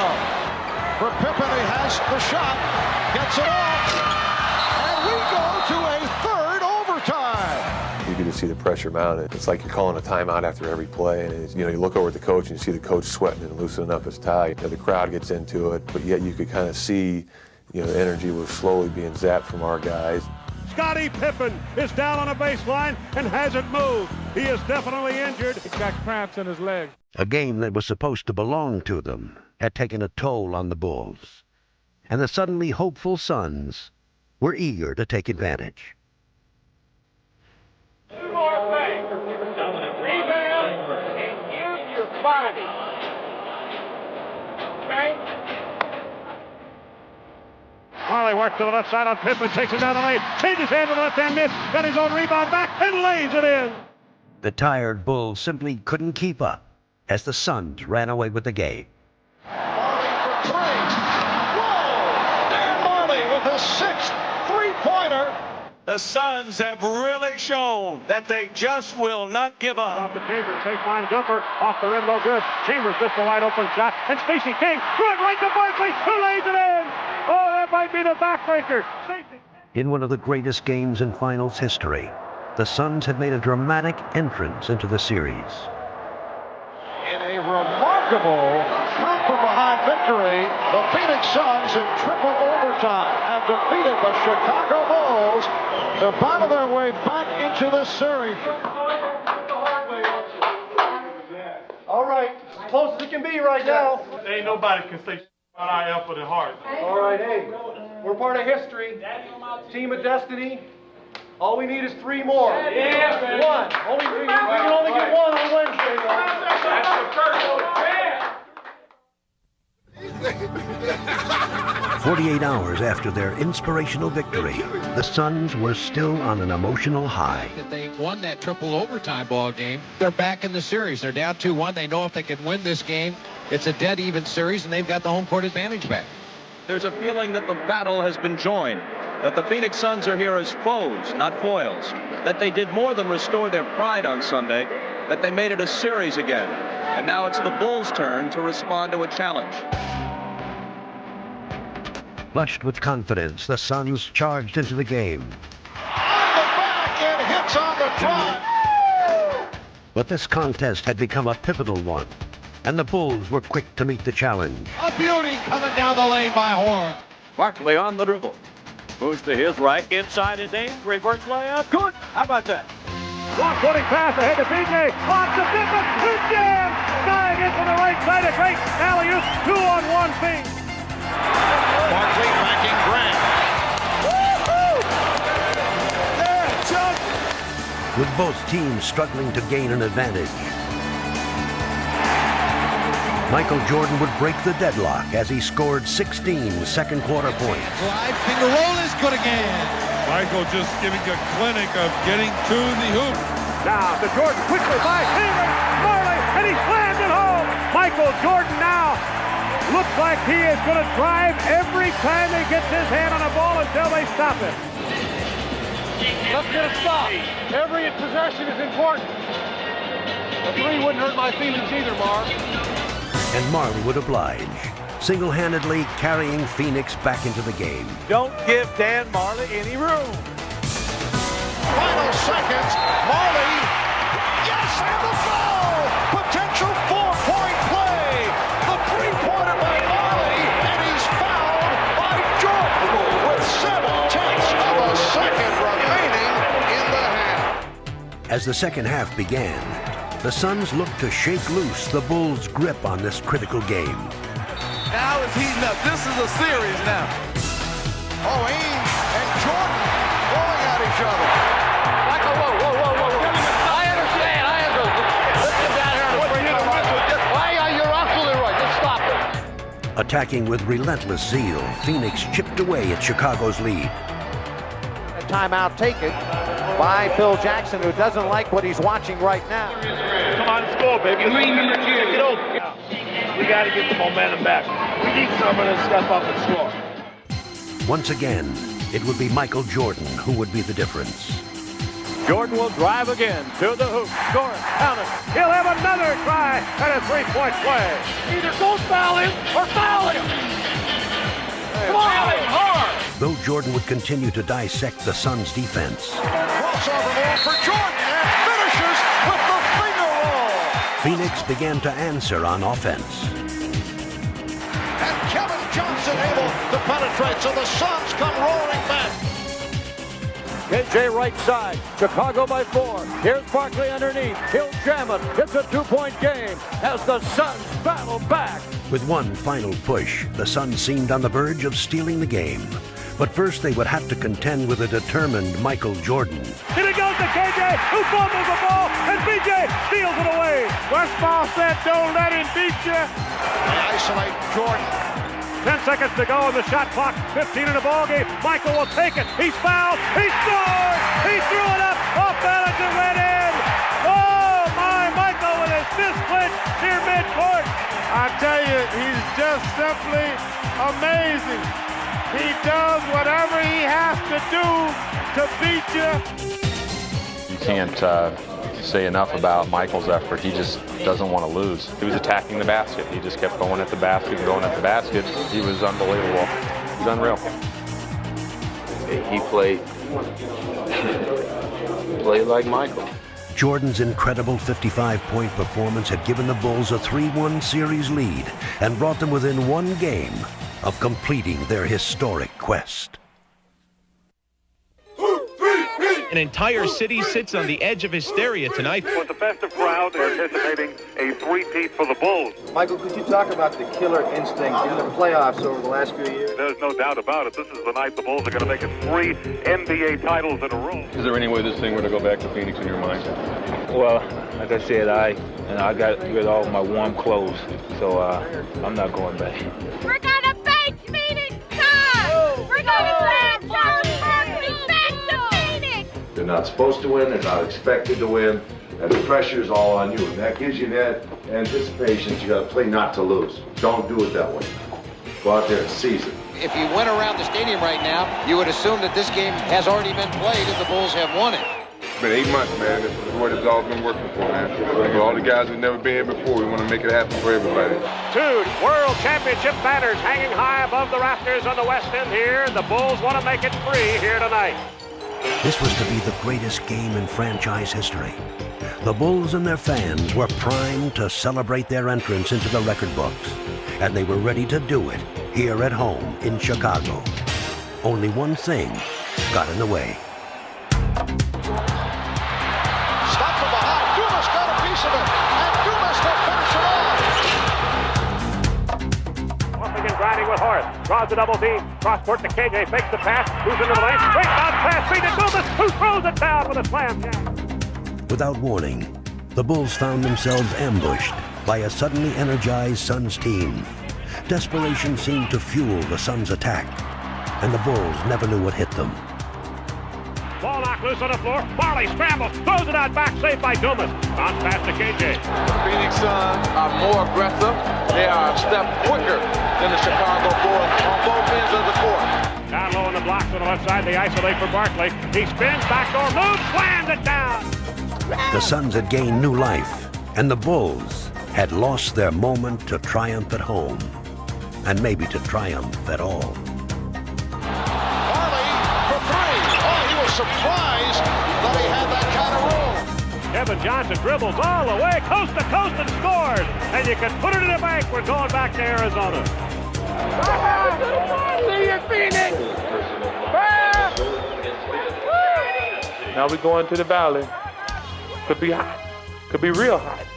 I would be lying if I said we were not disappointed because we could not accomplish the ultimate goal here in Chicago. This has to be considered one of the most disheartening losses this franchise has ever been dealt. And there will be no celebrating in Chicago tonight. It was a very disappointing loss for us, and it's just really tough to swallow. We talk about keeping our eyes on the prize and being focused, and a team with 2 championships, you would just think they would be a lot more focused than they've shown in this series. Yeah. I don't understand that. The Chicago Bulls are in trouble. They're in trouble. Everybody better hold on. Right home. Let's go from the start, man. Let's do this. What time is it? The Bulls would quickly answer any questions about their focus as they began Game 6 in Phoenix with a devastating long-range barrage. Jordan from long range. That's a 3. Now jump pass cross court to BJ. Fires a 3 out of the corner and hit it with 3 seconds to go on the shot clock. BJ knocks down a 3 from deep in the left corner there. Nice pass. You see a smart veteran Chicago team. Pippen with the stop. Oh, what a move by Scottie Pippen. The Bulls now lead by 8.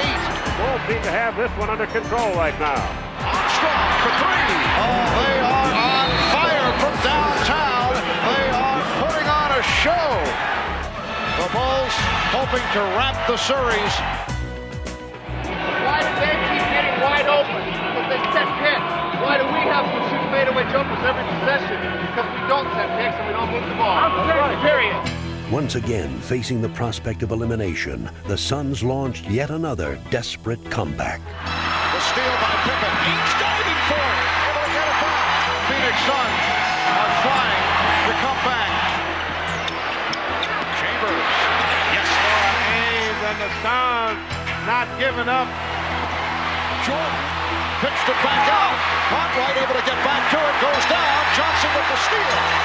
3-on-1. Marley from Barkley. It counts. The Suns coming back at the Bulls. Out front, Pippen starting to move top of the key, threw it away! Paxson broke the wrong way, and Pippen threw it right into the crowd. And here comes Phoenix again. Barkley backing Grant. Barkley changed his mind. Able to convert. We will find a way to win this game. I don't care about the refs. I don't care about the fouls. If we do what we can do, we will win this game. Of defense. Bulls having difficulty locating the shot. We're down to 5 on the 24. We're down to 3. Down to 1. Pippen. 24-second violation. Absolutely incredible. The Bulls can't find a basket. It's the Bulls coming unglued now. Phoenix with a chance to take the lead. They give the Marley for a 3. Got it! And the Suns playing for the first time. Handle it. Pressure. Handle it. Pressure. And keep going. Another excellent defensive sequence. 3 on the 24. 2. 1. And the clock ran out again. That's the third time. The Bulls playing scared, almost like they don't believe that they can win. Maybe the Suns are a team of destiny. Barkley backing down, Horace Grant on the right side. Kicks it out back to KJ. Looks left, dribbles right down the lane, puts up a runner, scores! They're up by 4. Oh, Bulls just getting out quick, out hustled by the Suns. We're going to have to see if they can respond to the challenge. That's what champions do.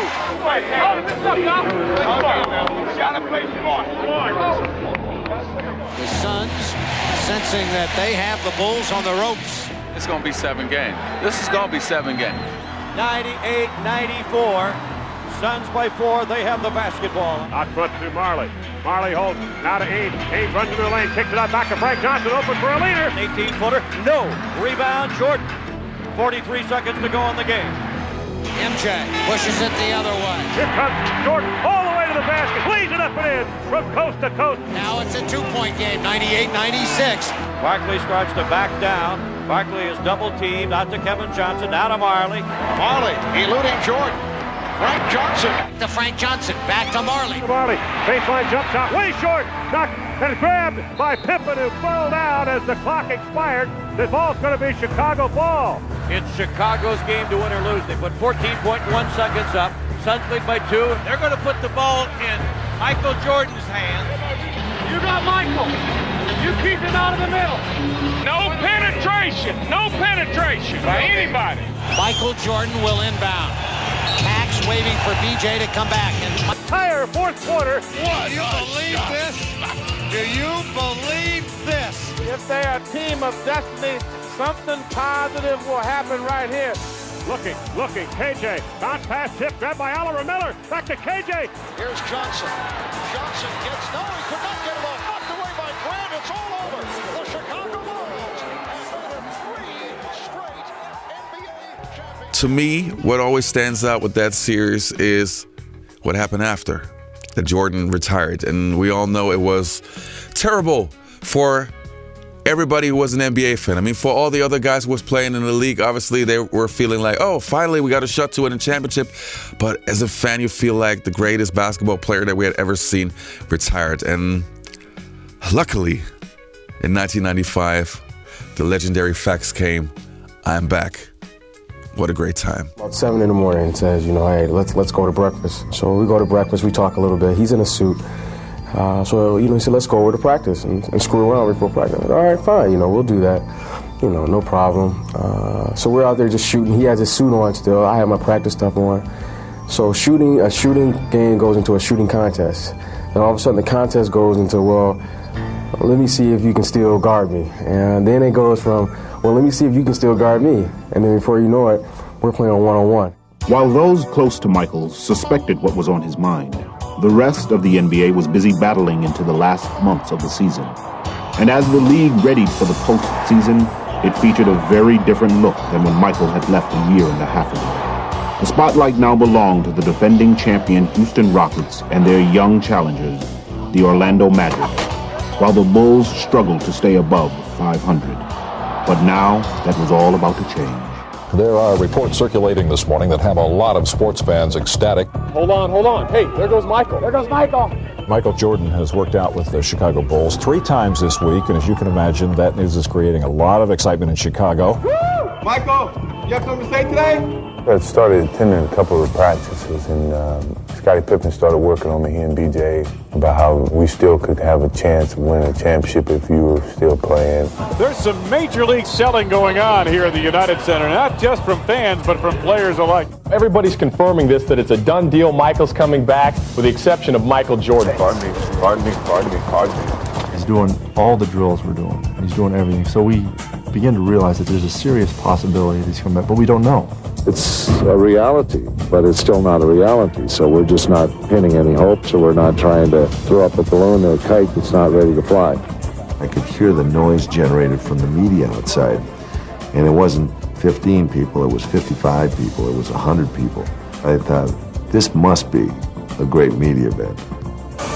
I think just going through practice and getting out there with the guys and the enjoyment that came out of that really started to make me feel good. All the compliments that they were giving me started to persuade me to the idea of coming back and playing. He's been out of the game for at least a year. He wants to come back, and this town is going nuts. Michael, please make my life complete. Come back.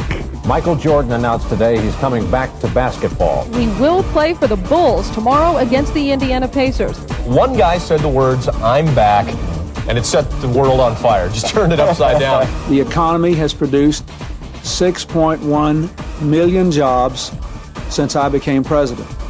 And if Michael Jordan goes back to the Bulls, it'll be 6,100,001 new jobs.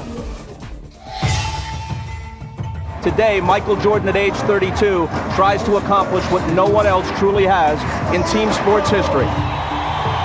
Michael Jordan has returned, and he's wearing number 45. I knew my father would never see me playing another number, and I felt it was a new beginning, so why not change it back to something that I had played with when I first started in high school. No tap, run your basic, okay? If tap, run your center opposite. It was a very nervous experience for me because I never thought I would be playing again. Jordan still looking for his first field goal, and there it is, Michael Jordan. It felt really good to be back out there on the basketball court and with a different outlook about life and how I approach each and every day. I was making myself happy. I was happy being there only because I chose to do so. There's Jordan going left to beat Scott. What a pass from Jordan! Bulls trail by 1. Michael, oh yeah! Walk in the pack. If Michael received a warm reception in Indianapolis, it was nothing compared to the frenzy his return inspired in Chicago. Jordan's back, right? Yes, Yeah. Yeah, MJ's back. No matter where you look around the world, you'd never find another city like this one to welcome someone back with such open arms. So happy to have that guy back, huh? Well, I hope I am. From North Carolina, head guard, Nick Michael Jordan.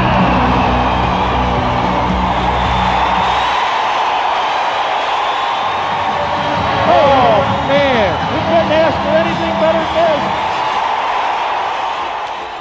It made me feel good to be back home because I felt like I'd been away, like a kid going to college, and then now he's back home to see all his familiar faces. Captain Pippen, this is Captain Grant, Captain Pippen. Oh, Captain. Oh. Captain Jordan, Captain Grant. Here comes Jordan. Yeah! away to Grant, blocked by Jordan. All the way inside. Upstairs! Yes! Hey, loving it. Michael, don't get sucked back in there. They're always looking for a guy to fill that spot right there. The steal, Jordan! Look out! Oh, yeah! Here it is. They're on their feet. They love it. That's what they came to see. Michael did not leave the Chicago fans disappointed, but his most dramatic performance so far would come the next night in Atlanta. The Hawks lead by 1. 5.9 remaining. More than just enough time for Jordan to work his magic. The inbounds to Michael. Racing the clock. Jordan for the win. Yes! I did it again! He is now back! I love those moments that you can go in when no one expects you to and save the team from losing the game. And he would stage yet another sensational performance in the next game under the bright spotlight of New York. Welcome to Madison Square Garden. There is a media-sized crush here, and there's only one reason why. It has been the hottest ticket in town. You know, it's like the Beatles have arrived on the scene. And they isolate Jordan against Bonner. Look out! Michael Jordan off to the fast start, this time to the pull-up. And he is on fire. They're going to keep going to the well with Jordan and Starks. Double team. Oakley gets there too late. Oh! It's a three-pointer. For Michael Jordan. Jordan off the turnover. Puts the move on Starks. Yes, and it counts. Michael Jordan. I could read Starks' every move. You know, I basically had him at my disposal. Working on Starks. Got him in the air. Michael Jordan has 55. And that is a high for the NBA this season. He got it started the other night against Atlanta. And you're just sort of building up to New York. Michael plays really for one reason, and he loves to play, and he loves the hype. You know, he loves the challenge. Baseline Michael comes inside, hangs, got it. With Michael electrifying fans across the country, Oh, yes, they're on their feet. the hype was back in full swing. Gave my beloved Knicks a double nickel. Life is a sport. Drink it up. That's what I figured. And from his endorsements to his charity work with children, Michael was drinking it up like never before. It's a big Bulls fan. You better be in Chicago. Oh, yes. You watch a lot of the Bulls game? I watch all y'all. Man, that's good, man. Laker fan in Chicago? Just don't rub my head.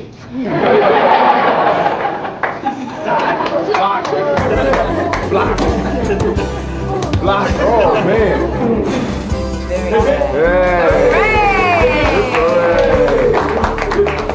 Whenever you guys get down or have a bad day, just think about today. We had a fun time, you know, and all of us have bad days, even me. But it's fun to come out and have a good time with you guys. As the season drew to a close, Michael continued to have a good time, leading the Bulls to a 13-4 finish and establishing them as the hottest team in the East.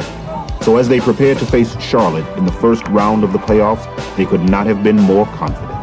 We felt good about our chances at that time. We had a person who could close the game out, and we knew that we could get on a roll and win 15 games. And that confidence proved to be well-founded. Michael Jordan scored 48 points. Michael was the man, as everybody expected him to be. The game is over. The Bulls move on to round 2. The ultimate top is to win a championship again. That's when you really know that you're back at the top. The Orlando Magic, owners of the best record in the East, posed a stern test of Michael's resolve. If he hoped to reestablish his Bulls as title favorites, Michael knew that now was the time. Here's Jordan. Michael Jordan. But from the series' first game, the Magic showed that it wouldn't be easy. The Bulls want to run. Here's Pippen for Jordan. Yes, and it counts. 91-90 the score. Chicago with the lead with 18 and 1/10 seconds to play. Don't leave them wide open for a layup. We got to challenge everything now for what's it on the floor. With the game on the line, there was no question who the Bulls would look to. I tell you, I want the ball in Michael's hand. That's what being a great player is all about. You want the ball in that guy's hands when the game's on the line. Yeah, I've always been known as a player who could finish off a team. And you always want to be in control in those moments. All right, here we go. Now Jordan played by Anderson. Jordan spinning his way against Anderson. Here comes Harper. For Jordan. 6 and 2/10 seconds to go. Michael Jordan having a very difficult time. Here I was in those moments that you take pride in being put in, and yet I let the team down. But if you think it should have been secure in the hands of anybody, it should have been in the hands of Michael Jordan. He just got caught making a mistake. The unthinkable had happened, but Michael would have another chance to pull off his expected heroics. Jordan played by Royal. Jordan from Pippen. And a lovely Orlando ball. Michael had the shot, but decided to pass off. And that is something we've rarely seen. Well, anytime you have Michael Jordan with the ball, you got to think that, hey, they're going to seal the game right here. My skill level was not quite the same, what people expected to see. So I was very disappointed. I felt that loss was probably one of the worst moments he's ever experienced in his basketball days. Hoping to shake off his disappointment, Michael reached into his past for comfort and hopefully a change of fortune. Is he better in 23? I think he is. We all know that he's better at 23. He knows it. But Michael's unique ability to raise his game on command remained only a memory. Boy, Michael's missed a lot of close-in shots, and he's trying to take another shot around the basket. Michael is not able to finish that shot. That used to be his bread and butter. I think people made their own opinions about, well, maybe he's lost a step. Maybe he's not the same player. Jordan lost it.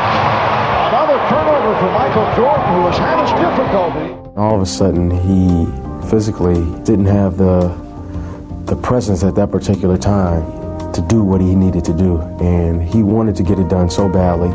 And as the Magic eliminated the Bulls in 6 games, Michael had to wonder if he would ever fully regain his past brilliance. Give him credit, he's probably still the greatest player in the game overall, but he just, he wasn't his old self. So when the Bulls had lost against the Orlando Magic, and I also felt they were the better team at that point. They were so young and hungry. A young Shaq, a young Penny Hardaway, Horace Grant, who was in his prime. But then to actually know that Jordan was practicing during the shoot of Space Jam, inviting all the other All-Stars, getting in shape, the Bulls getting Dennis Rodman, I was so hyped for that season. And rightfully so. I couldn't have known it before, but that was actually the greatest time to be an NBA fan. The next couple of years, and especially the 1996 season, I was watching history, and I actually was aware of what I was watching. It was amazing. Arriving in Chicago for the start of the 95-96 season, Michael was greeted by a slightly revamped Bull team. But he still seemed more than ready to lead them on a new quest to regain their championship stature. Each day is a building block to a certain goal that we're striving to achieve. And even from the start of the preseason, Michael served notice that all his preparation had paid off. I thought, by the end of the training camp, he was right back where he's always been. Can't do it any better than that. And as Michael soared into the regular season, he lifted his teammates with him. With authority. Oh, you thought it was going to be a layup, did you? Wham! In your face. Quickly establishing the Bulls as the league's hottest team. Michael Jordan. With Michael, you're going to win. And he instills a confidence in everyone. He makes everyone around him better. Michael, beautiful feed, Robinson for the two-handed jam on the outside. Erasing any doubts that he would reassert his dominance, Michael tortured opponents with a barrage of bad memories. Yes, sir. He was in his own little zone today, and it was good. Jordan driving. Beautiful move. Oh.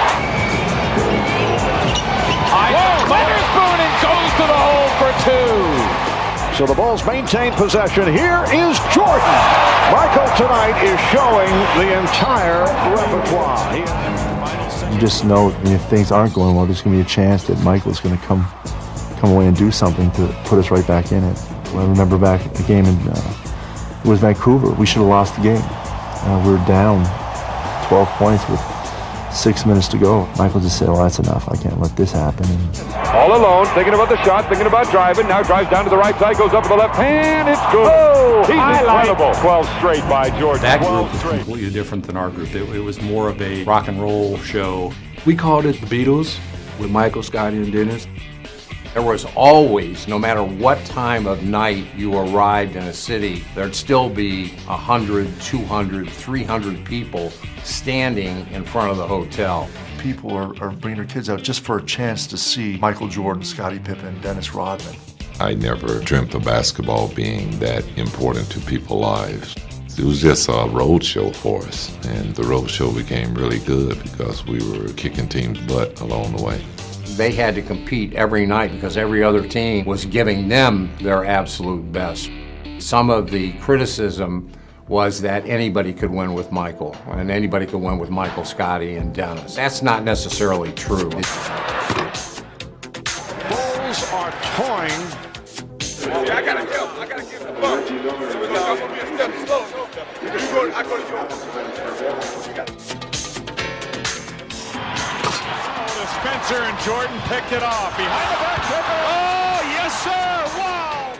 Well, we had a ball club that could hurt you in a lot of different areas, whether it was beating you on the boards, beating you defensively, or, beating you in our transition game.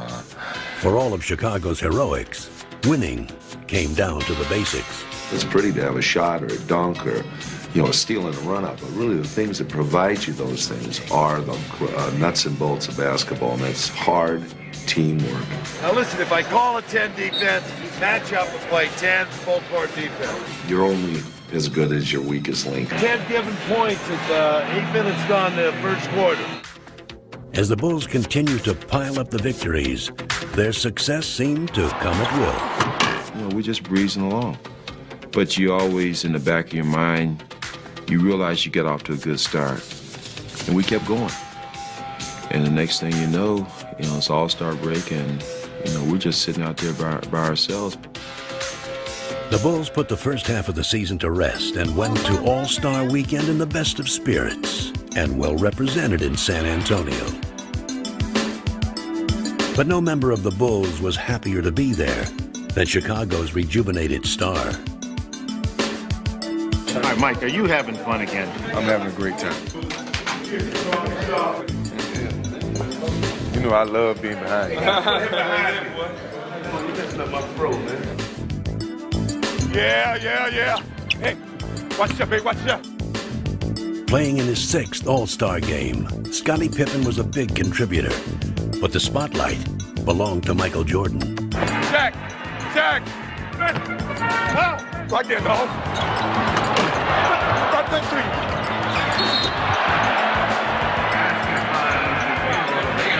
There you go, dog team. 4 is here, which is Pippen. 3 takes it out. Got it? Man back right here. Right there. Hey!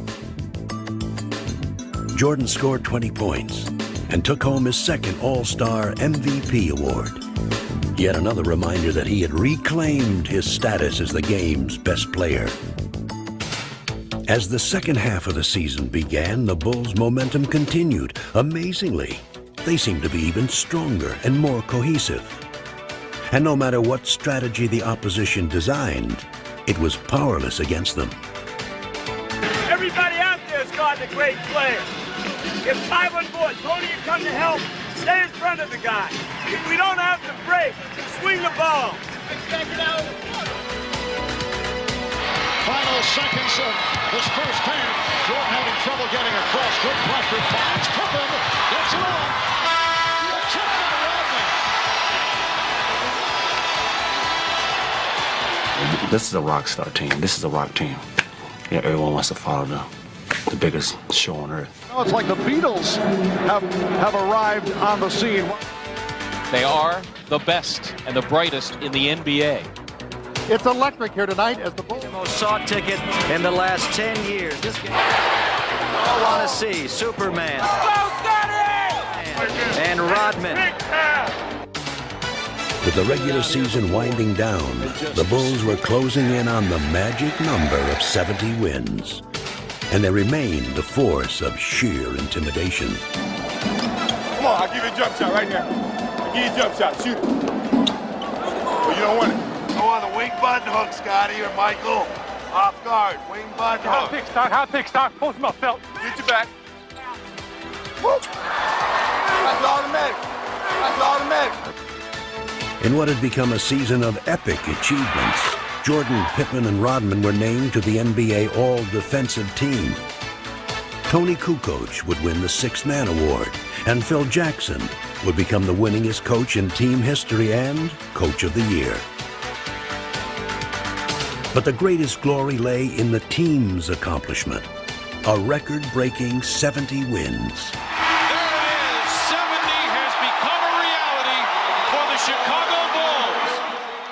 72-10 is an outstanding record, but 72-10 don't mean a thing without a ring, and that's pretty much been the focus of this team all year. Is we're here this year to win a championship. That's our ultimate goal. Good evening, everyone, and welcome to the 1996 NBA playoffs. The Bulls were relaxed and confident as they took on Miami in round one. And once they got on their home court, they were simply invincible. Pippen on a drive, beat Davilovich, dumps the ball. And no amount of Miami heat could stop them. MJ between them all. He got every one of them. Yes! As frustrated as Miami felt in Game 1, it only got worse in Game 2. Miami was desperate. We're going to try to eliminate some of the mistakes that we made in the game. You can't make mistakes against a team like this because they're going to take advantage of them. Heading to Miami with a chance to sweep, the Bulls became even more focused. A bounce back to Michael, spins up a shot, score! Energized by the home crowd, Alonzo Mourning caught fire and scored 30 points. But it would not be nearly enough. That's great. Dennis Rodman on the finish. And the Bulls have been superb. Their sweep of Miami now behind them, the Bulls would face a far greater test. One that put them up against a familiar foe. After years of playoff dominance against the New York Knicks, Chicago finally met its match in the 1994 Eastern Conference semifinals. The Bulls were lost without Michael Jordan, who was attempting to master another sport. You know, when I was down in minor league baseball, I didn't feel as connected, because I wasn't playing, and I knew that I could be a part of it. It's like the bully of the neighborhood taking advantage of your kid brother when you know the big brother's not around. You had those feelings of, God, I know I could help that team. The Knicks finally defeat the Chicago Bulls in a playoff series. A much different Bulls team hosted the Knicks in this year's playoffs. And again, the rivalry produced an intriguing matchup. A lot of talk about this game, a lot of talk about how the two teams would come out offensively and defensively. It'll all be answered now. Harp, be ready, Harp. Lock and trail. Michael. Stolen by Harper. Knicks showing tenacious defense in this first quarter. You got to move the ball. I want to have a split cut, which we send this guy early. This guy goes early. He goes ahead of the pass even. Though the Knicks were persistent foes in the first two games, the Bulls maintained their resolve. There's Harper looking for John Starks. Makes a move and it's stripped away out to Scottie. He's got Rodman and Michael. Scottie won't need anybody else. This place is going crazy. Unblemished through 5 in the playoffs. They go up 2-0 in this best-of-7 series against the New York Knicks. But the Bulls went to New York without their brilliant sixth man, Toni Kukoc. He injured his back in practice and would be lost for the series. I was nervous first because I couldn't help, especially playing in New York is tough with all that rivalry in between Chicago and New York in the past. Without Kukoc, the Bulls ran into problems at Madison Square Garden in Game 3. Starks. Oh, what a With the two teams battling to a furious finish, Michael Jordan delivered mightily in the clutch. Jordan from three to tie it. He does! The Knicks and the Bulls are tied at 88 with 19 and 4/10 seconds remaining. They battled into overtime, and there, Patrick Ewing gave the Bulls their first brush with vulnerability. And the Bulls are up by 3. Ewing, to cut it to 1. Pulls up, 15-foot jumper, he puts it in, and the Knicks go up by 1. The Chicago Bulls are beat for the first time in the playoffs. Stripped of their invincible aura, the Bulls would have to face the Knicks again in barely 24 hours. But Chicago was eager for the challenge.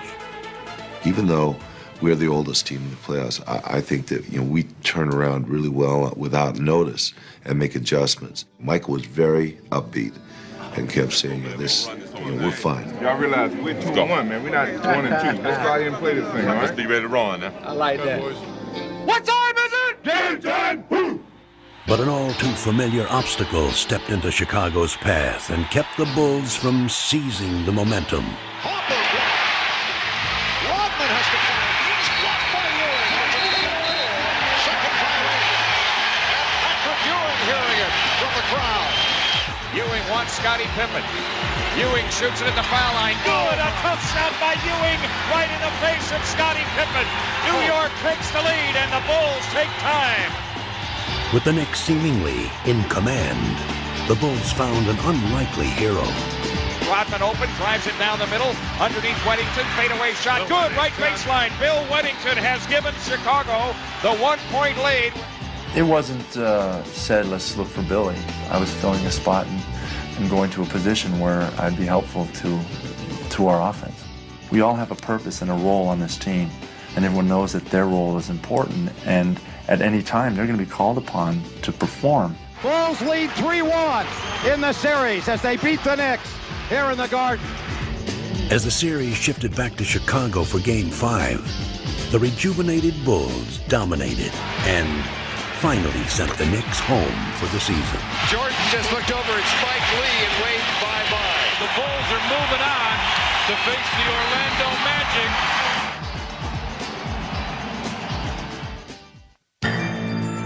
While Chicago's victory against the Knicks was hard-fought, the young and supremely talented Orlando Magic sailed through their series against Atlanta.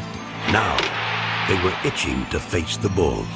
Bring on Chicago is the champ here in Orlando.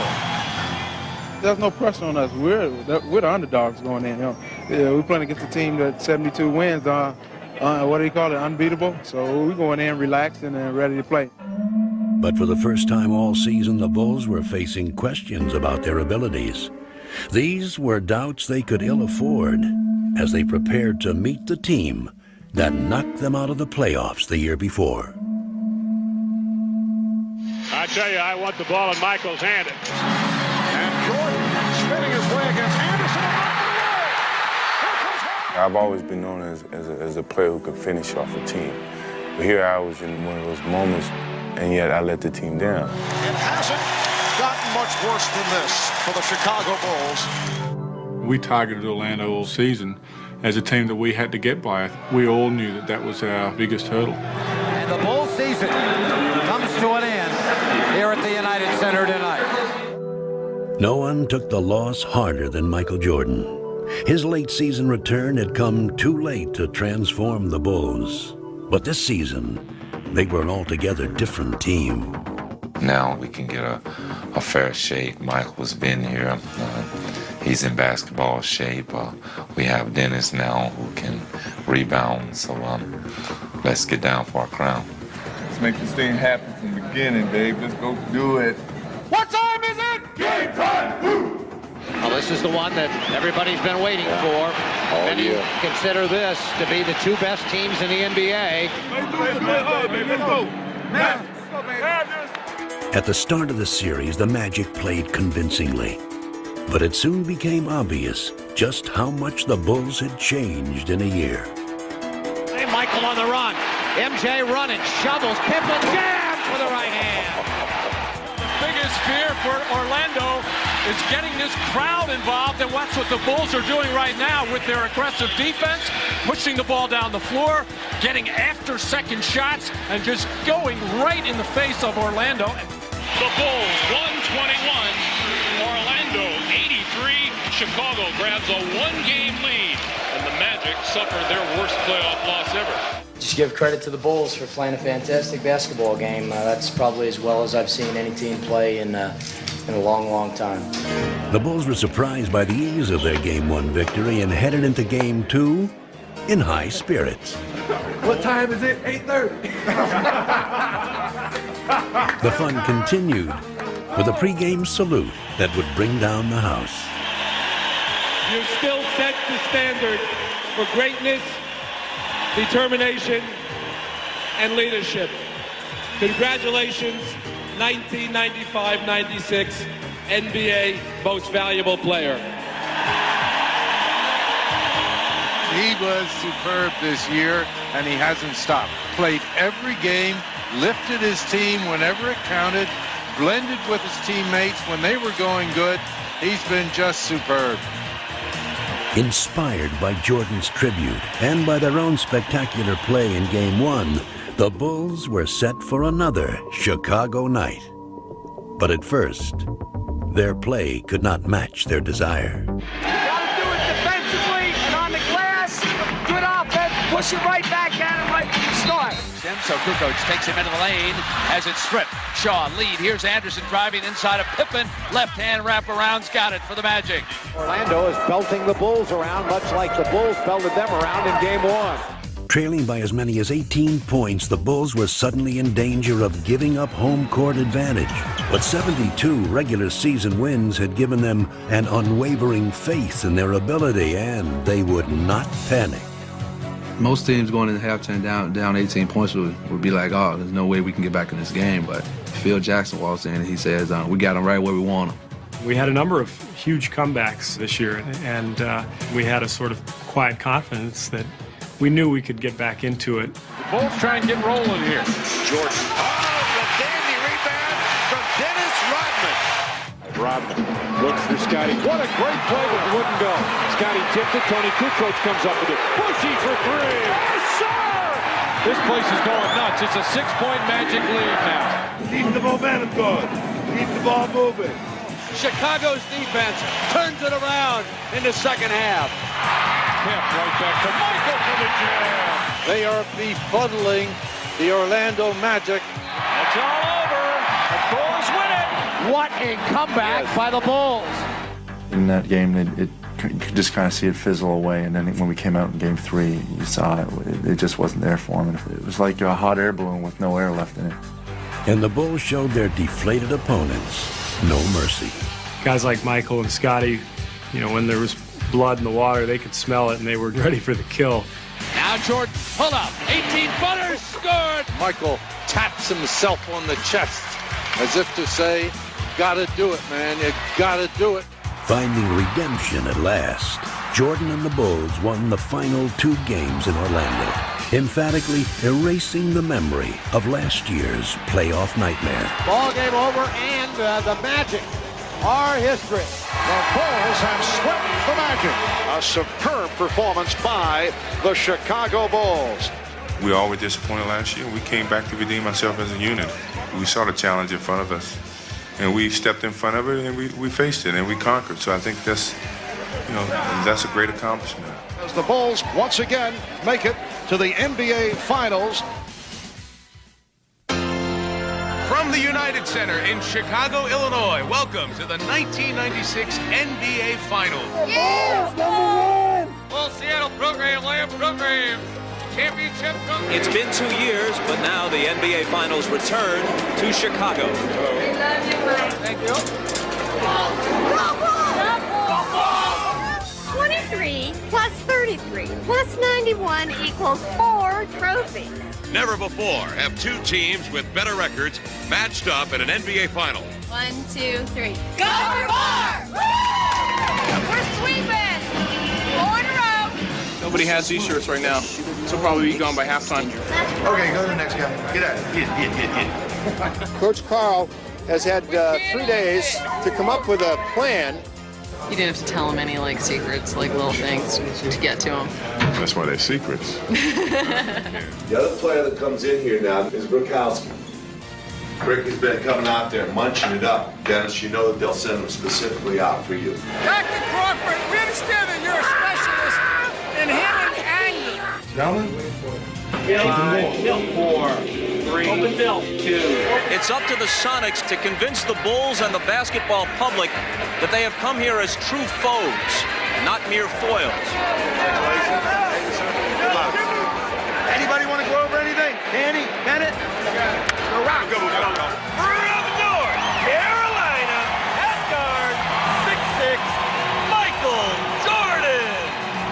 Believe in yourselves, trust each other out there, and be proud of what you've done. Now go out there and be big. Let's go. Go that way, baby. Now stay still. Here we go. What's going on? The Sonics were determined to prove themselves worthy opponents and came out in full force. Skips over to Kemp out on the wing, fires over Longley. Sean Kemp with an 18-footer.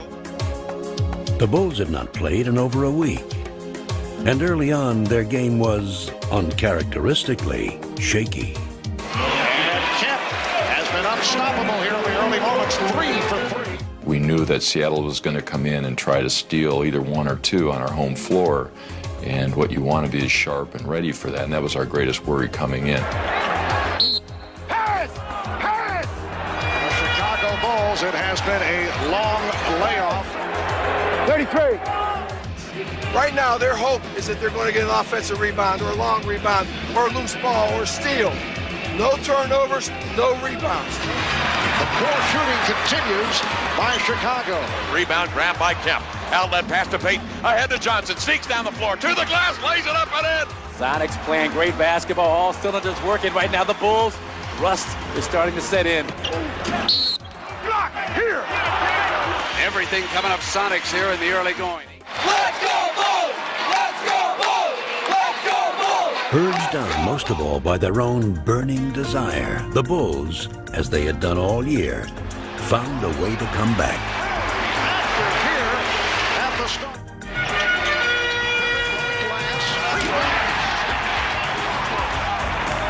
Marking their first finals appearance, Ron Harper and Luke Longley carried much of the early load before turning over the spotlight to the ultimate clutch performer. Michael.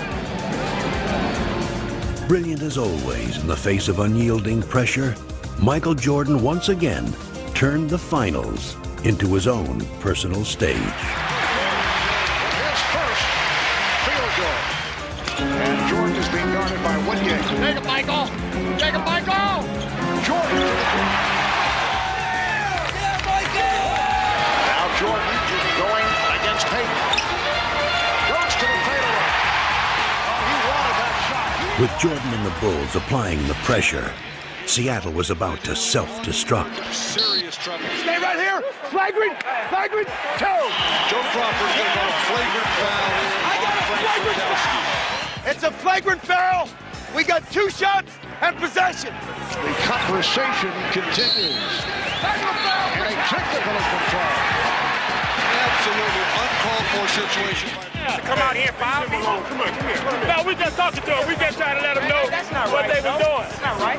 But he has a flagrant foul and then 2 technicals. We're going to just see a parade to the line. Now Chicago with a chance to open it up a bit here. Midway through the third quarter, the Sonics found themselves down by 11, in desperate need of inspiration. Be aggressive. Whatever you do, be aggressive. Don't be soft. Be aggressive. Chicago up 7. Kemp goes to work. Turns on Longley. Left hands one up and in off the window. Shot Kemp. And don't give up on your shooting. Pass it off and let the 3 shooters. Deadlift Shrimp pushes in a 3-pointer. And the Sonics trail it 71-67. This does not look good. 10-point lead. All of a sudden we couldn't match up on defense. Get back. Deadlift up the center of the floor, behind the back dribble in the flow, spots a seam, stops, pops to tie. He got it! And the game is tied at 75. Right now, I think Chicago's a little concerned. So what we're doing is this. We're taking Toni, we're standing him out here. Just when Toni Kukoc seemed like a forgotten man in the postseason, he reemerged. They drop it in now to Kukoc, right side. Shrimp is there. Kukoc with a focus move, spinning his way.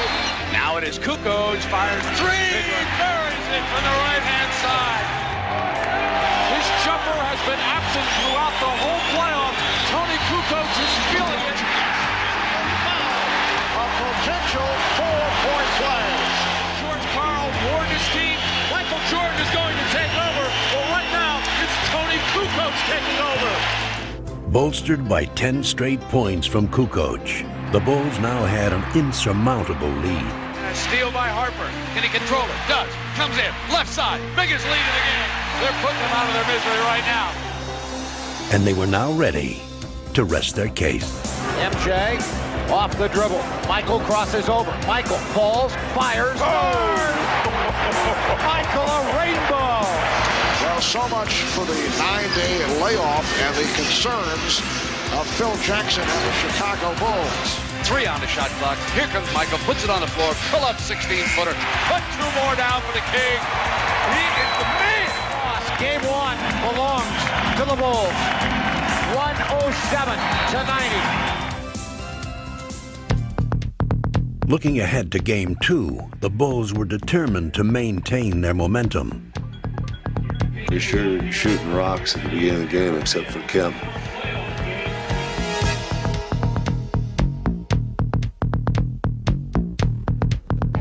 Let's make it 2 in a row. Let's get off a good start. Let's go, fellas. Gentlemen, earlies and chases are all there. Hey, come on, gentlemen. All right. Just take your time and relax, and everything's going to work out great. Pulls the trigger. No good. Offensive attack by Johnson. No good. From the opening tap, it was obvious that these were not the same Sonics Chicago had seen in Game 1. I will tell you, it is clear now that the Sonics are showing up with desire. But for every basket the Sonics made, the Bulls answered right back. Hawkins with a beautiful move. You can see the mindset of Hersey Hawkins. Going to attack the rim every chance he gets. But the Sonics had to contend with a determined Michael Jordan, who scored 16 first-half points. Jordan is feeling it. Michael has his game face on, as always. If Michael gets to the post up, go double him. We still got goals on Michael Jordan. Every time he touches it, you're going after him. And down comes Jordan. It's inside the arc at the top, deflected beautifully by Askew. Hayden's loose, open basket, jams it home. Blocked by Perkins, hands to Harper, rejected by Kemp. Sonics hanging tough. Steve, turn around and leave. We've got 11 turnovers, guys. We're not moving the ball. We're not ready to pass the ball. We're not making sound plays out there. Let's get it down now. Let's go.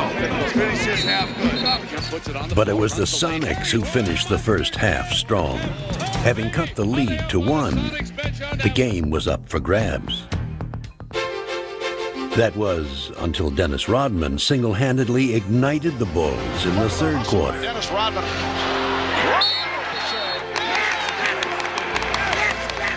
And Kerr fires for 3.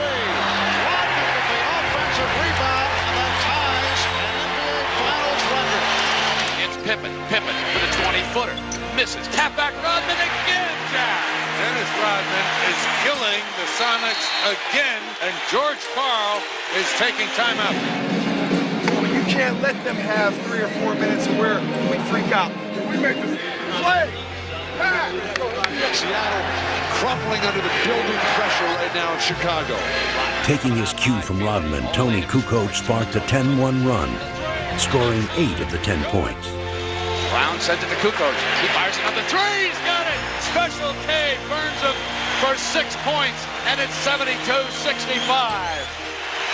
Now they hound the ball. They steal it. Pippen's got it. Right away from Askew. Oh, listen to the crowd. The Bulls on fire again. Shot clock at 4. Perkins, air ball. What do they do against the Chicago defense? Here comes Jordan. Leading.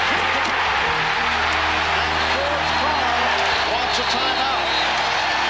George Karl trying to rally the troops right now. They trail it 76-65. Win or lose, we're taking something in that locker room and believe in each other in this huddle. You gotta believe that, guys. You fought too hard. Every one of you. Grab each other and trust each other. Don't do anything except fight, fight, fight. The gritty Sonics fought back valiantly. In the fourth quarter, they sliced what had been an 11-point Bulls lead down to 3. Score it, and he's fouled by Kerr. Skips to shot in the corner, deep. Takes Longley into the paint, turns the corner, lays it up and in with the right hand. He is fouled.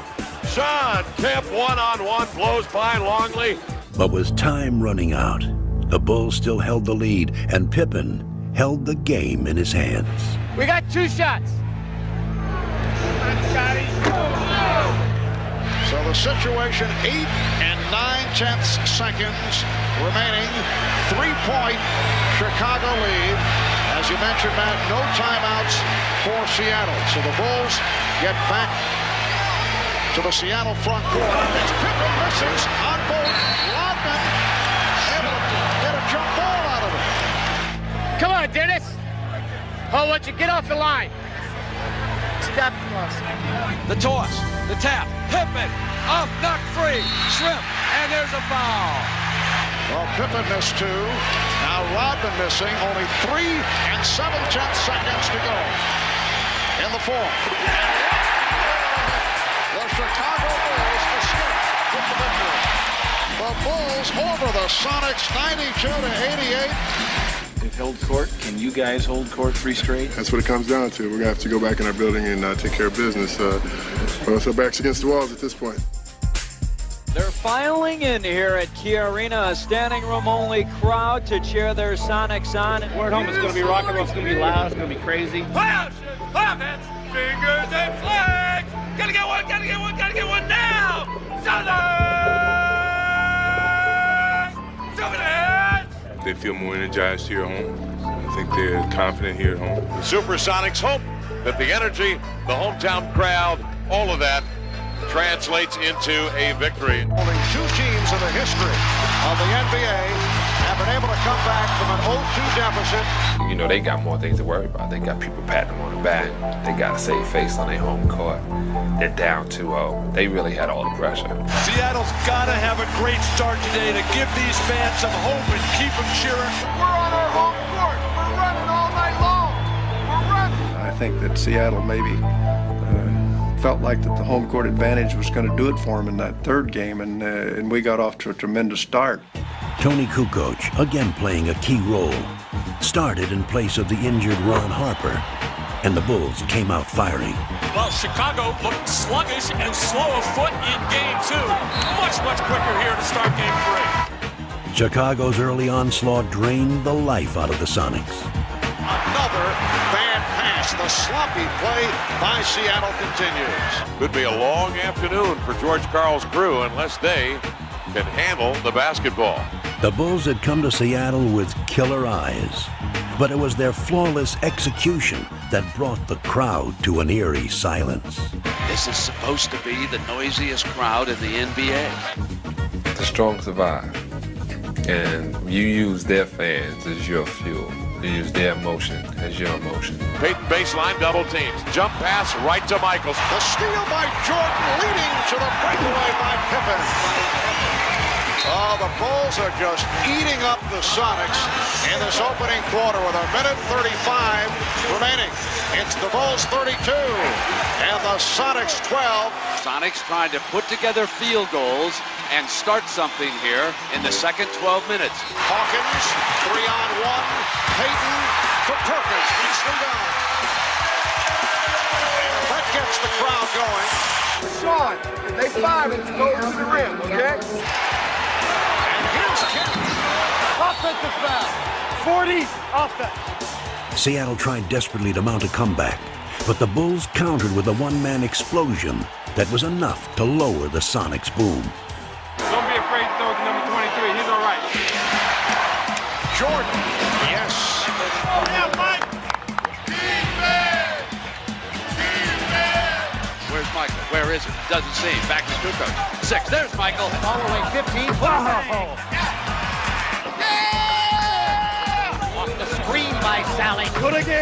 Michael Jordan is in another time, in another space, on another plateau. The Bulls by 18. Michael wants to make a statement. He's making it over and over again. Jordan's teammates took up the cause. Scottie with a dribble. Hard drive by Detlef running in off the Yes! Got it. Well, a symbolic finisher to a first half that has been just splendid for the Chicago Bulls. But as the second half began, Seattle's defense clamped down on Chicago. Keep the pressure on them. Everybody rebound and get in their chest a little bit. And again, the Sonics very aggressive defensively. They are jumping on the ball. And the Bulls now appear to be the team that is rattled. You guys aren't ready for this barrage down there. You got to get your feet underneath you, Luke. Only lost 5 points this half. Let's go.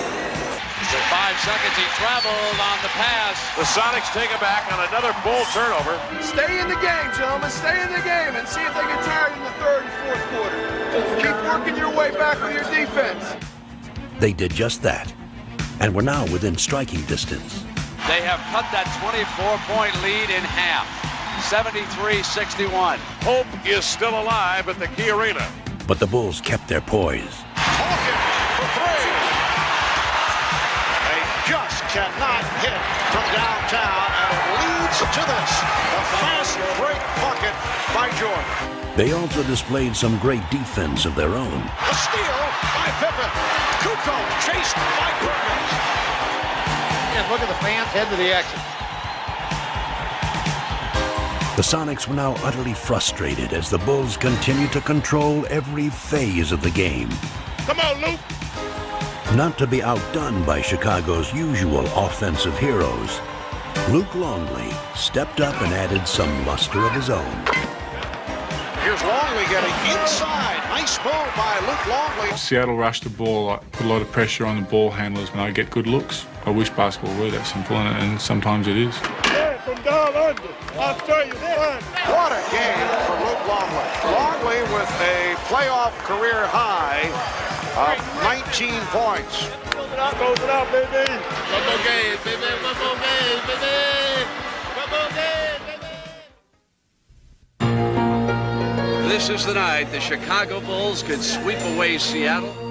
For Bulls fans, this night held the promise of immortality. Bulls are going to sweep. Sweep time. Bulls in 4. It's a foregone conclusion. I think it's going to be a tough task. I'm more relaxed now than I ever been. Maybe the 3-0 lead makes you a little bit more relaxed. Look, Junior Pippen house, y'all. This crowd's going to bring it up. They're going to be loose. They're going to be freewheeling. They're going to have everything going for them. You got to match that intensity early on. But the fans who had been stunned into silence in Game 3 saw the real Sonics finally emerge. It's the opportunity to show what we are, guys. Let's go out there and play together. Great pass, Peyton Kemp, and he smashes it home. A circus shot by Sean Kemp. For the first time in the finals, the Sonics played like a team that had won 64 regular season games.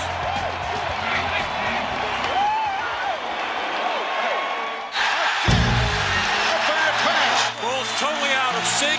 We've got a situation which we've got to get ourselves scored. But the Bulls had suddenly turned into mere mortals, victims of a Seattle team that had finally taken charge. Put it down, Sam the man. Are you getting the idea? It's Seattle's night. Turn, wheel, overhand slam, over Rodman. The Seattle Sonics will not be swept. Sure, we want to win Game 5, but we still feel pretty good about ourselves right now. We're up 3-1, and we feel like we're in great shape. Just put this down as a bad game and look forward to Friday. Chicago was still supremely confident. You just got to go out here and win this game, man. Let's don't prolong it any longer. Let's go out and play hard. Good 48, fella. Let's go. And they came out strong. Michael Jordan on the breakaway. So did the Sonics.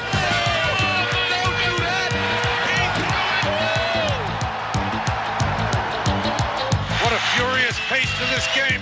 The two teams were locked in battle until Sonic defense overwhelmed the Bulls. Defending hard on every possession. Making a pass is difficult. For the second game in a row, the Bulls were unable to shake free from Seattle's defense. I think they're tired, gentlemen. I think they're tired. The Sonics, though, were sharp and quick. Instead of searching for their places in the history books, the Chicago Bulls now will go home and start searching for answers.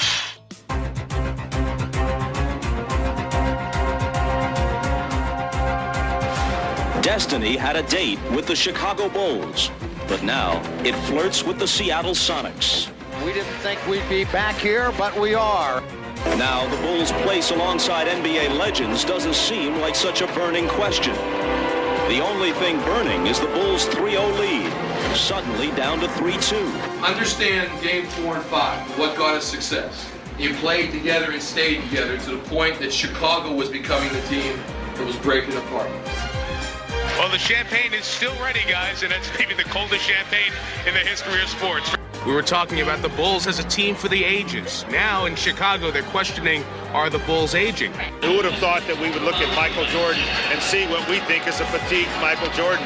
Somebody is daring to pull on Superman's cape, and that somebody has been Gary Payton. So, is tonight the night Chicago celebrates? Or does Seattle push them to the brink? Have some fun out there, gentlemen, and you have fun by passing the basketball and playing your style up and down the middle. Let's go, Sonics! The Sonics were confident, but all season the Bulls managed to find the best in themselves when they needed it most. They possessed a resolve that had been forged by 72 victories.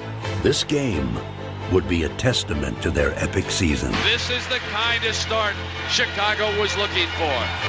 And fittingly, the three players who had led them throughout the season would put to rest any doubts. This team has overcome everything.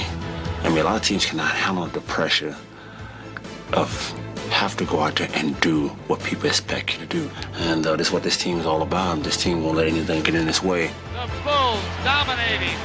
The Bulls jumped out to an early lead and never relinquished it. Side Michael. Guard! Oh my, what a pass! To be a part of what has happened and to have gone through this whole season with all these guys, with Scottie and Michael and Dennis, what a huge thrill. I still can't believe sometimes that I've been lucky enough to be a part of it. Kerr guns the three from the right side. Good. Stevie Kerr up over Perkins. And it almost brought rain here in the United Center. The Bulls threatening to blow this Game 6 open. As they had all year, everyone on the Bulls played their parts to perfection. It's very special, really, because of a lot of guys who haven't been in this situation, and to be a part of them, and just to have the opportunity to see that reaction of them being here for the first time. I think they're absolutely one of the greatest. They've delivered all year long. As they crowned their extraordinary journey, the Bulls showed the basketball world the essence of what made them special. It's been everything you could ask for out of a basketball season, from the winning to the teammates. I've had so much fun this year. I don't want it to end. Bulls by 16 of them. As the Bulls took their final steps toward history, the true measure of their greatness lay in the inspiration they drew from one another. Pippen leading the 3-on-2 as they spread the floor. Pippen to Rodman. And the Chicago Bulls are closing in now on that championship. The crowd is up. The celebration is underway in the United Center. I mean, there's a lot of sweat, and there's been a lot of injuries this year, and you play through them because it's fun and it's enjoyable to be out there with the 12 guys on the floor, and you're sharing something. I'm very proud of them, and I think that the fact that they have found a way to work together and enjoy each other's presence and touching each person's life in their own very inimitable way is, I think, terrific.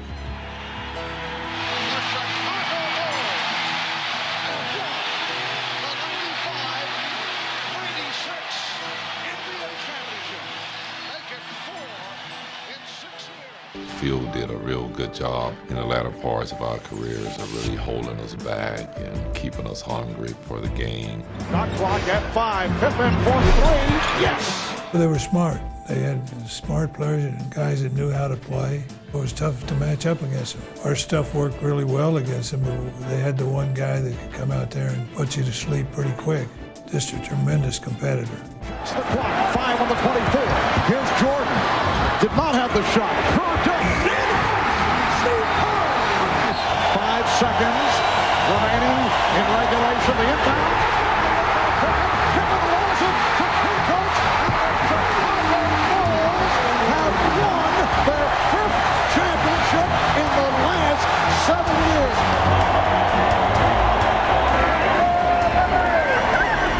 I can think of very few, if any, nights where you weren't excited to go into the building because there was so much energy everywhere you went. It becomes a community celebration. Spring in Chicago is built around Bulls games. Jordan trying to beat the clock on the other end.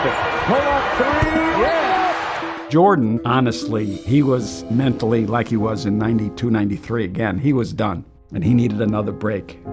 Phil, titles that last season, 97, 98, The Last Dance. And we're going to do this last dance together. Those who were lucky enough to watch had a sense that they were witnessing something special that they may never have a chance to witness again. Here comes Chicago, 17 seconds. Jordan, open, Chicago with the lead! Stockton, Harper's on him, behind the screen.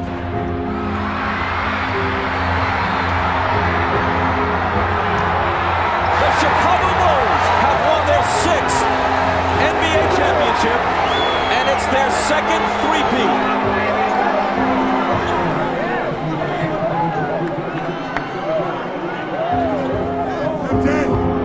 Oh my God, that was beautiful. What a beautiful.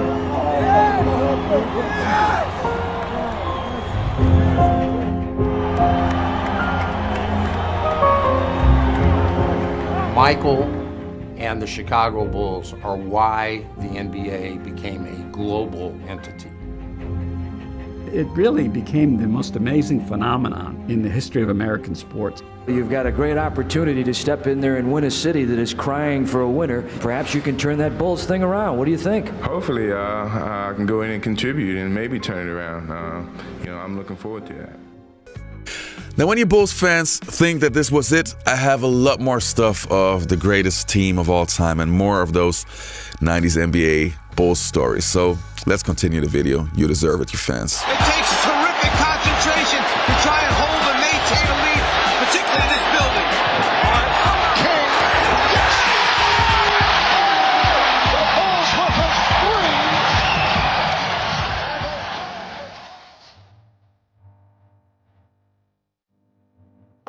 I would have to wake up around 3:15, and it would have to be chicken or spaghetti. Nothing else. Chicken or spaghetti every game. Off the steal, 3-on-2. It's great from Jordan. It counts as a foul. I'm out warming up, and I look up at 1 minute, 30 seconds exact. Grant getting inside. He's hit double figures with 10 points. I leave the court, untie my shoes, and retire. That was every game. Every game. If I was playing so poorly. The double team on Edwards results in the foul on Grant. At halftime, I would go and take a cold shower and put another uniform.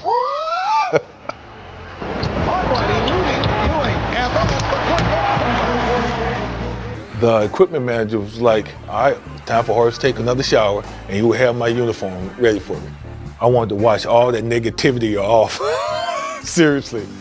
Miller back to KJ, running right, darts inside, blocked by Horace, picked up by Miller, it's over. The Bulls win the championship. Horace Grant, who could have been the GOAT.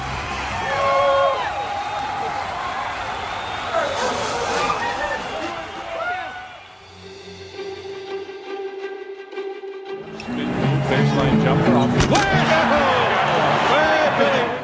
You know, it's kind of funny because it happens, and I don't know if it's superstition or just natural. The first flight out, you sit in a seat, and that kind of becomes your seat from then on. You just sit there. Every now and then I'd go back and play cards, but guys were doing the same thing, and different guys did different things. Some guys would sleep, and to leave them alone. You don't bother guys that are sleeping. I unfortunately can't sleep on airplanes. Pippen feeds Wennington. Very nice feed from Pippen. My pregame ritual probably started when I left shoot-around. I would go to a little restaurant in Deerfield, Italian kitchen, get home, take a nap for an hour or so, shower, get dressed for the game, and head out to the United Center. When I got to the United Center, I'd go in and change real quick. Did I have anything special I had to wear? No. I've been asked a few times, did you get dressed the same way? Did you do this? No, I did, because I think I still get dressed the same way today. I put my left shoe on first. Ewing on the drive this time, rejected by Wennington. I tried to keep the same time schedule, where that was pretty much routine. Was that superstition or just what made me comfortable? Both. The Chicago Bulls have won the 96 NBA championship. Good job, baby. Woo! Bill Wennington, you waited a long time for this moment.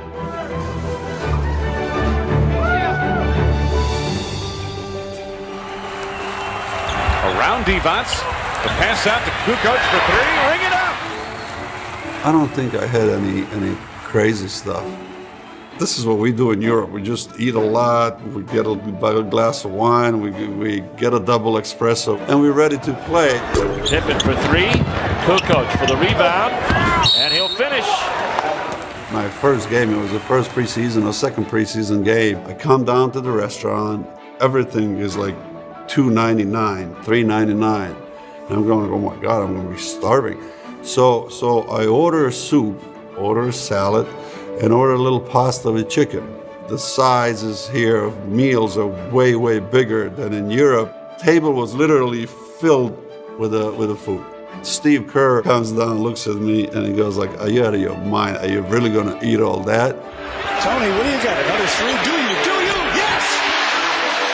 That was kind of a well-known fact. Michael's going to be in the back. And when the field says, okay, it's time for a meeting, he will go straight to the bathroom and listen meeting from the bathroom. And then Dennis, in the middle of all that, would just get up and go take a shower. And that was kind of the ritual. Scottie to Toni for the slam. Everybody else was pretty much either stretching on the floor or being on their seats listening. But it kind of became part of the team ritual. Everybody knew where Michael is, where Dennis is, and after that, everybody was ready to go play. Kukoc for the win! It goes! And this is another one where I wage war. Yes, sir. The Golden State Warriors with Kevin Durant against the 72-10 Bulls. Who wins that series? And before you answer, I'm going to tell you this. Honestly, and I'm being nice, I give the Warriors a game. I think it's a sweep, but I give them a game. No, I give them two. But you, okay. But I'm going with the Bulls. Okay. I give them two. Because you look around at that Chicago Bull team and you look at that Golden State team, and this is always the question. Oh, who gonna guard Steph? Who gonna guard Clay? Who gonna guard? Okay, you do know they had three of the best defenders of all time. The Bulls. Yeah. 4 out of 5. Yeah, in Michael Jordan, Scottie Pippen, Ron Harper, Dennis Rodman, and Ron Harper. So they gonna guard the shit out of them. But here's what the the fans, the people that ain't never played will say. Man, who's stopping Steph with the threes and Clay with the threes? That's what I'm talking about. Right. So I'm gonna say Rod or MJ is guarding Steph. Right. Rod or MJ is guarding Clay.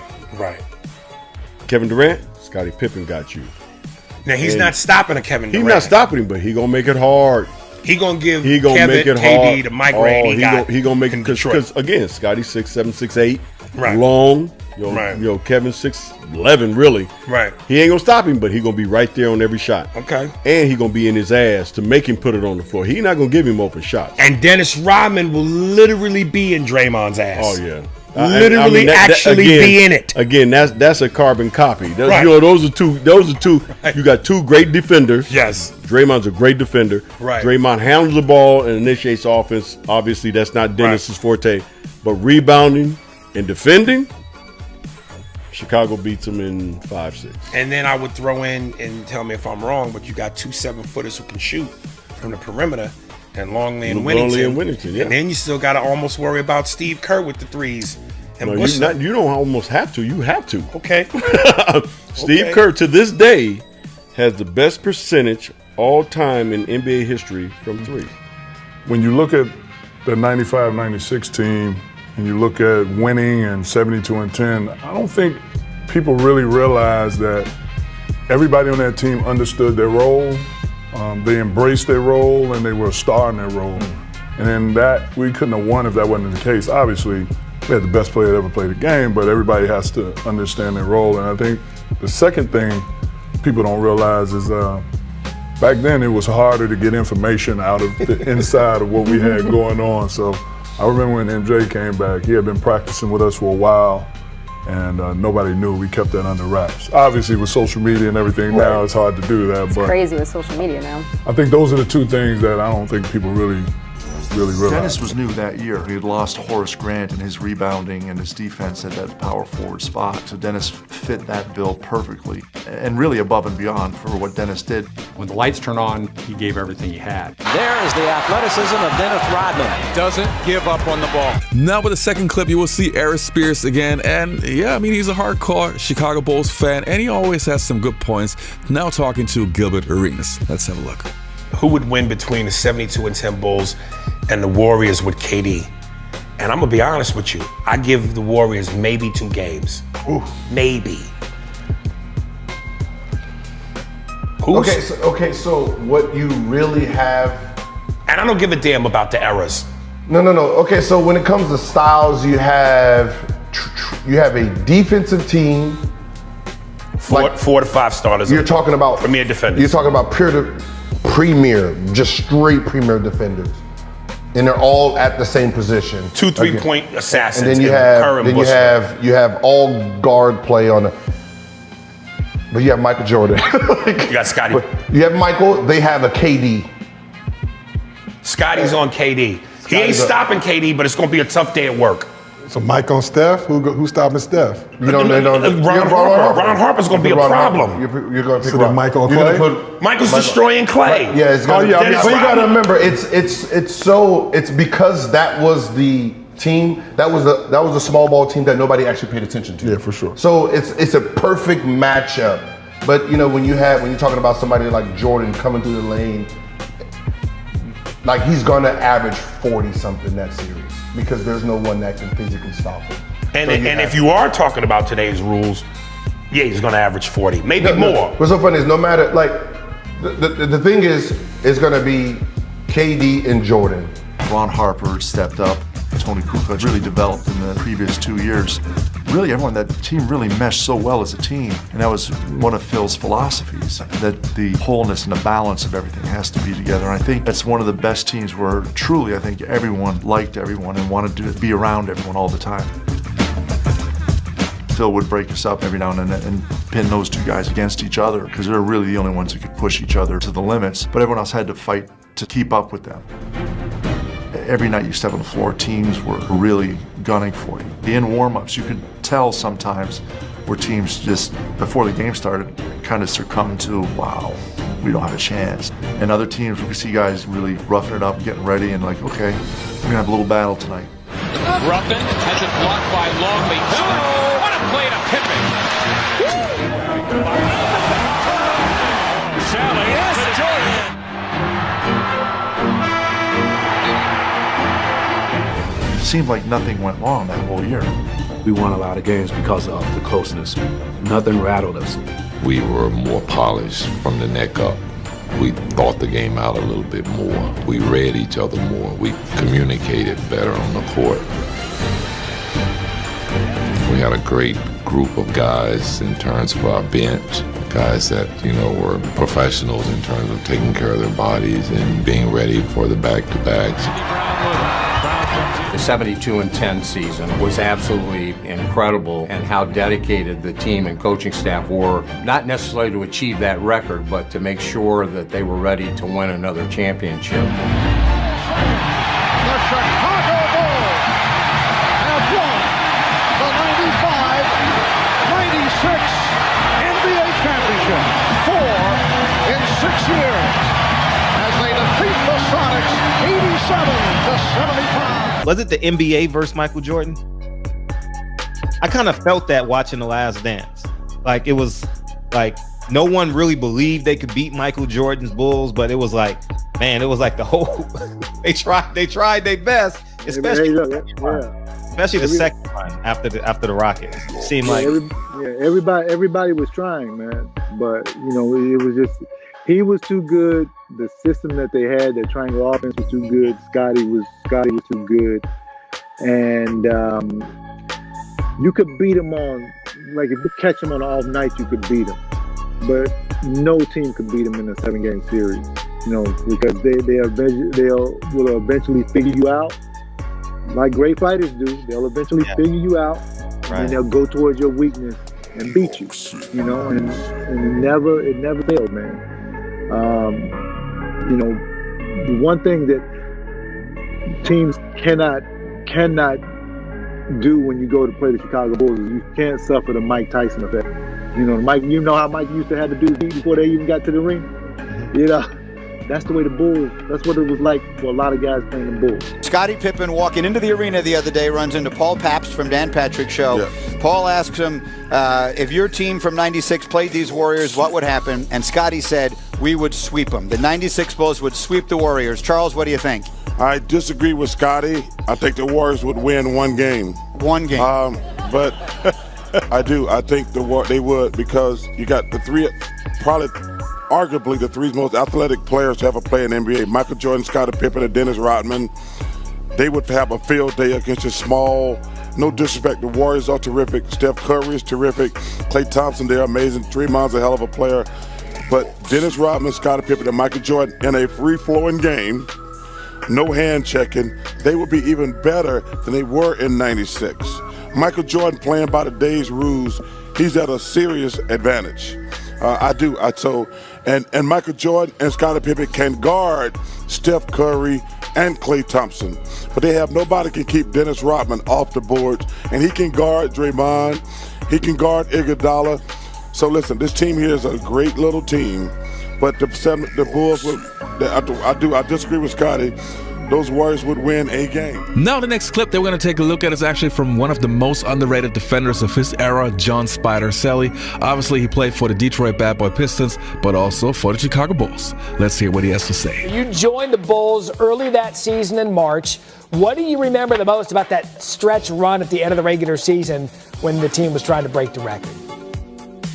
I remember when you walked in, and Tex was trying to show me the offense, and I pulled out my the video tapes, I had VHS tapes of the triangle that we had in Detroit. And he was looking at it, goes, this is how you guys played us? I go, yeah. So I kind of got an idea of it, and I just kept wanting to learn it. But it was, we win here. We walked in the game, it was like 50% chance you already won. When you walk with Michael, it's 110 chance you're going to win. The other guys are thinking, I'm not going to get embarrassed. I hope he doesn't dunk on me. They were in fear playing us. And that was the most amazing thing. All right, so John, we know the Warriors eclipsed the record with 73 wins in 2016, but they didn't win it all that year. Your team, you did. The wins record was great, but how important was it to finish 96 and that record with the championship?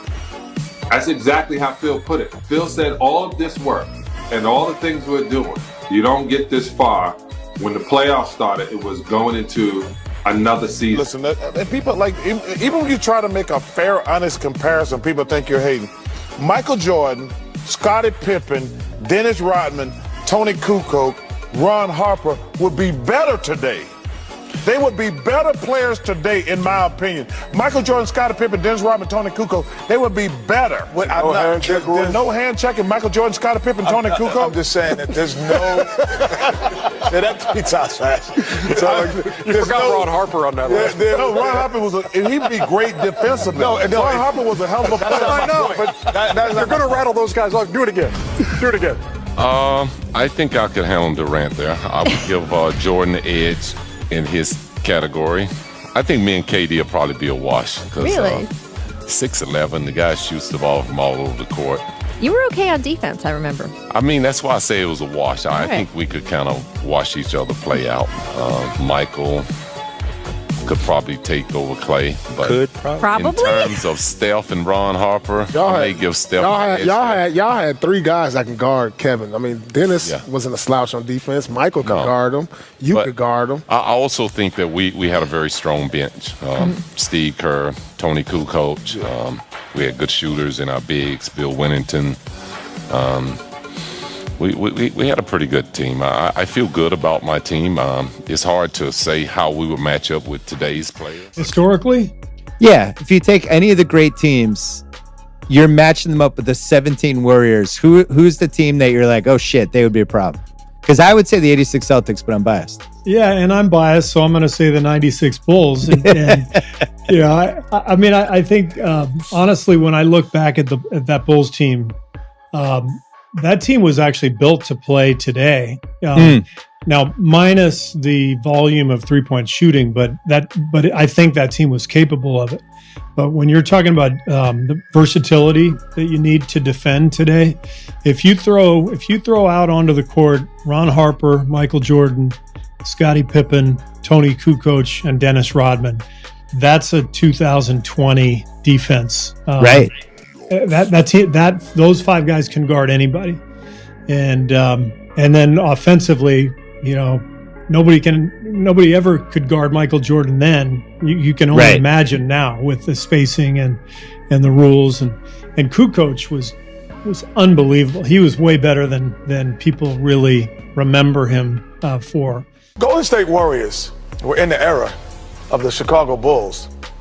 They would just reconstruct their big guys. They would have a guy like Rick Mahorn on their team, and then they would be able to play that way. But if you put Rick Mahorn in this era, he wouldn't be able to guard Draymond Green because he wouldn't be able to come out and guard him. But in that era, they would just have to change personnel slightly and then still be as good. If you add guys like, no disrespect, but if you add guys like, if you give Steph Curry and Klay Thompson the same big men that Isaiah Thomas and Joe Dumars had, they could do the same thing in that era. But they would need James Edwards. So you would just change the personnel. It wouldn't change the way they win. You missed one point. The defense was, constructed a little different. No, that's why you got to change personnel. No, but I'm saying back then you was able to hand check. And so you just change personnel a little bit. They'd be good, but they're not going to win. But if you took the Detroit Pistons, Isaiah would still be Isaiah, without question. But Rick Mahorn couldn't guard Draymond Green in this era. He couldn't guard him in this era. No, he could, but we're not comparing him to this era. We're talking about the Chicago. But you can't take that team because they're constructed under the rules that are here. So they're saying, okay, under these rules, can you bring those teams here? Listen, and people even when you try to make a fair, honest comparison, people think you're hating.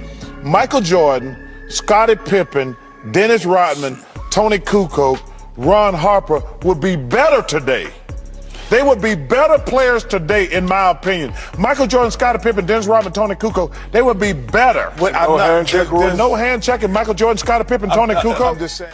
Those are going to be two premier players because they don't have a 7-footer that's going to be able to keep up with him. No matter if you put Pippen on him or Jordan, or what's it, he's still going to be able to pull up on anybody. So it's those two, and then Jordan is going to carry because no one is physical. And you don't think that from a you give him 2 games, I'll give him 1, maybe 2. I wanted to say sweep. Yeah, that's what I said. Depending on how mad Michael is. Okay. But you got to remember, you still got KD is just a different beast. So Okay. He can carry the team. He can carry a team because you really he's gonna put Pippen in foul trouble. He'll put those guys in foul trouble, but there's nobody stopping Michael from getting to the basket. Okay, this might be my old man. But I don't think Golden State wins this series now. I'm gonna be honest with you. This might be my old man shit. But I don't really think the Warriors beat any of those teams. Bird, Celtics, Shaq, Kobe, Lakers, they whooping them old Pistons, the bad boys. You know, I said it countless times on my show, watching the Chicago Bulls in 1996, especially as a teenager, it was the greatest thing basketball-wise that I had ever seen. And I'm not talking about like how beautiful it was, but just what a privilege it was to watch every single game, really enjoying yourself, like really realizing even as a kid that you're watching something special. I started to become an NBA fan in the early 90s, so I'm talking like 1992. So the 1996 season, I was already understanding the game. I was already playing like for 6 years myself, and I noticed what I'm seeing is basketball history. It was poetry in motion, and it was the greatest time to be alive watching NBA basketball, and that's why I'm always grateful to that team.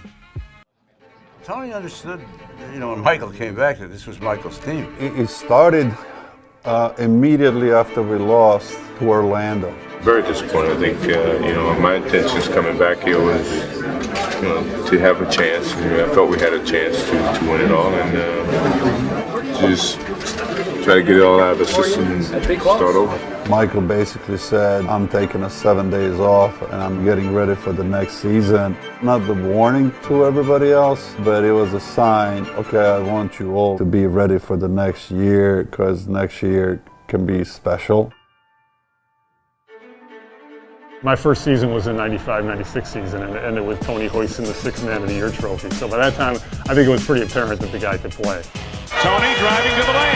Nicely done. Early on in that next season, that Michael bought into what Toni could do and understood that, that's another weapon.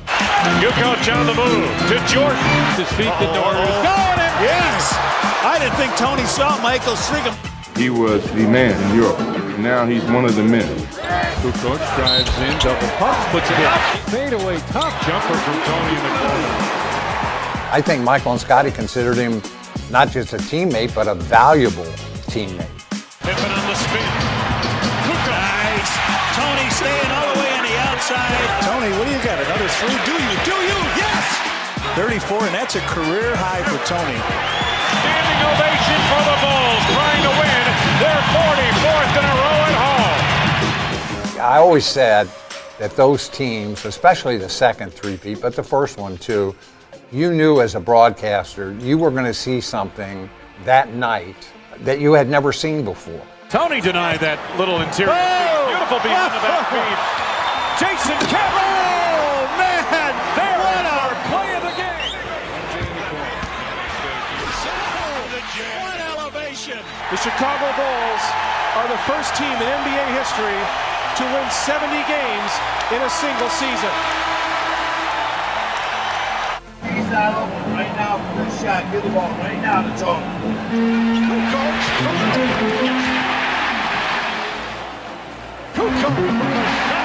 Running down. Chicago Bulls have won the 95-96 NBA championship. Make it 4 in 6 years.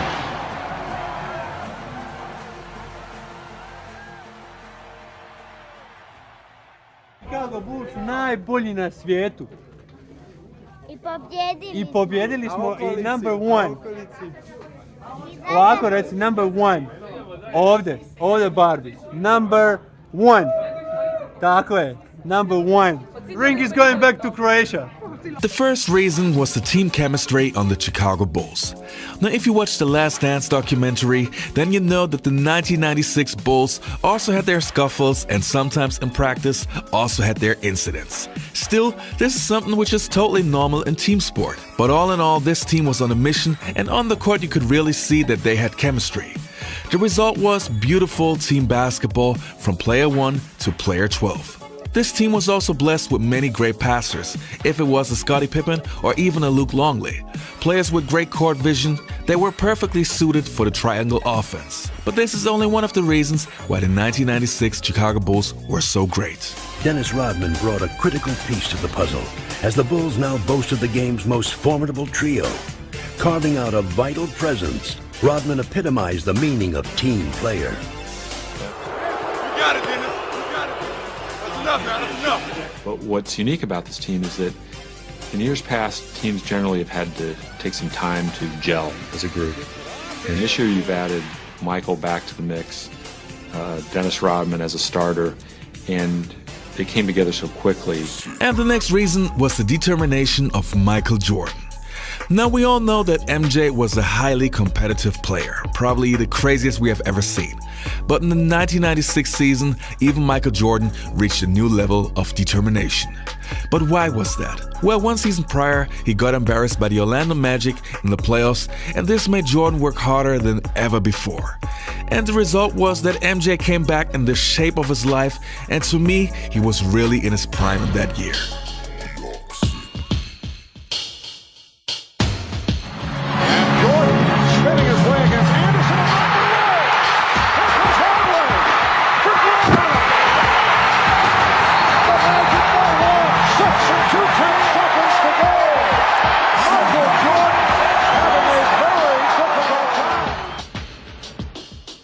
I think it was all a challenge for the whole team. I mean, we all knew that it was a little bit of a failure from last season. Michael coming back, being his greatest player as he was at that time, he just wasn't up to par. He wasn't ready for a game situation.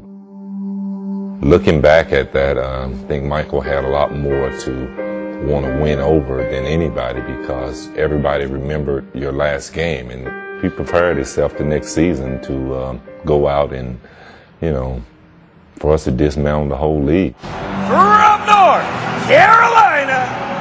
That was the year that he went out and filmed his Space Jam commercial. He had this big facility set up in California where he was working out every day. So anytime you hear that about Michael, that he's training, then you know he's not just training.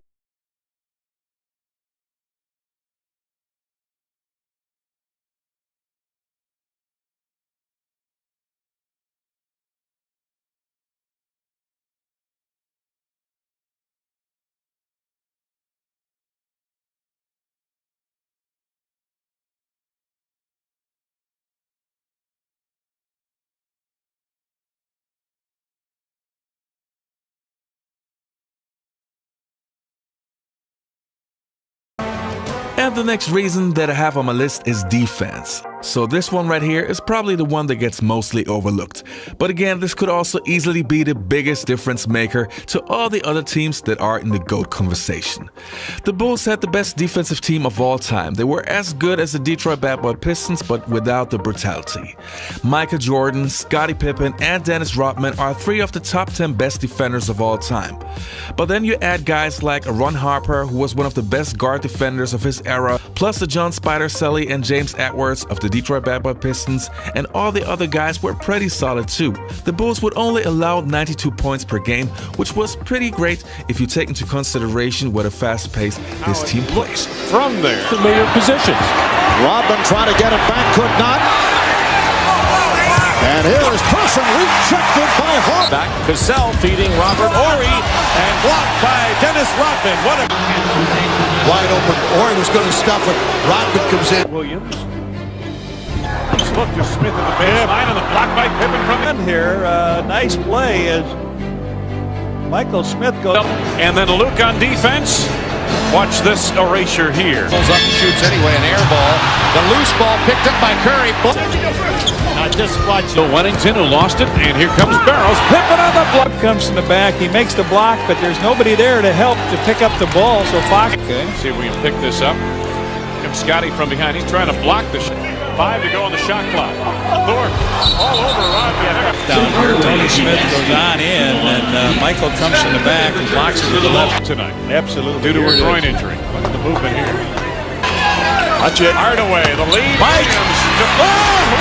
And the next reason is the growth of Scottie Pippen. When Michael Jordan had retired a few years prior to 1996, Scottie Pippen suddenly was the main guy on the Bulls team.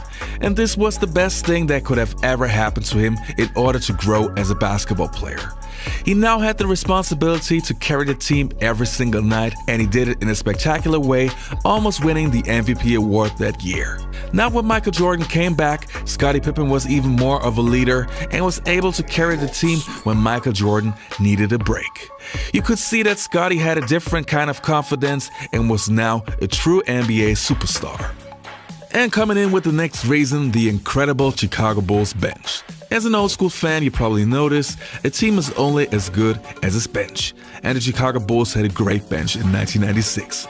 Steve Kerr, for example, who was percentage-wise the best three-point shooter of all time, he was the perfect addition to the team because once he was open, you knew he would make the three-pointer. Then, as I already mentioned earlier, you had John Spider Sally, who was a great all-around defender. Then you had role players like Randy Brown, Judd Bushla, Bill Wennington, and of course the best sixth man of that year, Toni Kukoc. Toni Kukoc would have been a superstar on any other team. I mean, this guy came off the bench, but he was a player who could score, who could handle the ball, who could pass, who could shoot from anywhere, so this guy was a solid player. And not to mention, this guy was clutch as hell. And in his first season, he proved he was ready for playoff pressure. Kukoc for the win.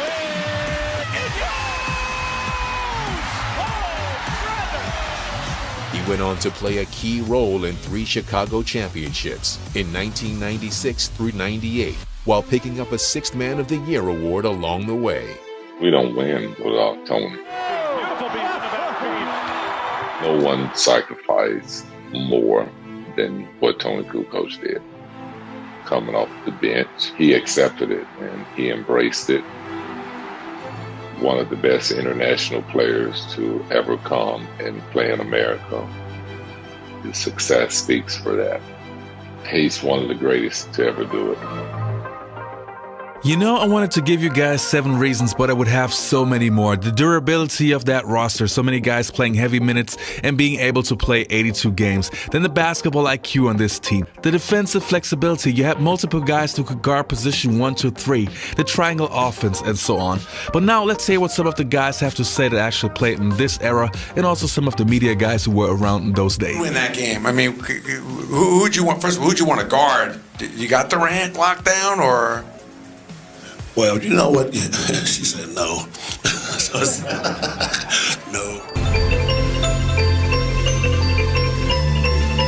We broke our franchise record with 64 wins that year. Then the Bulls break the NBA record with 72. That was a lot of good basketball during that year.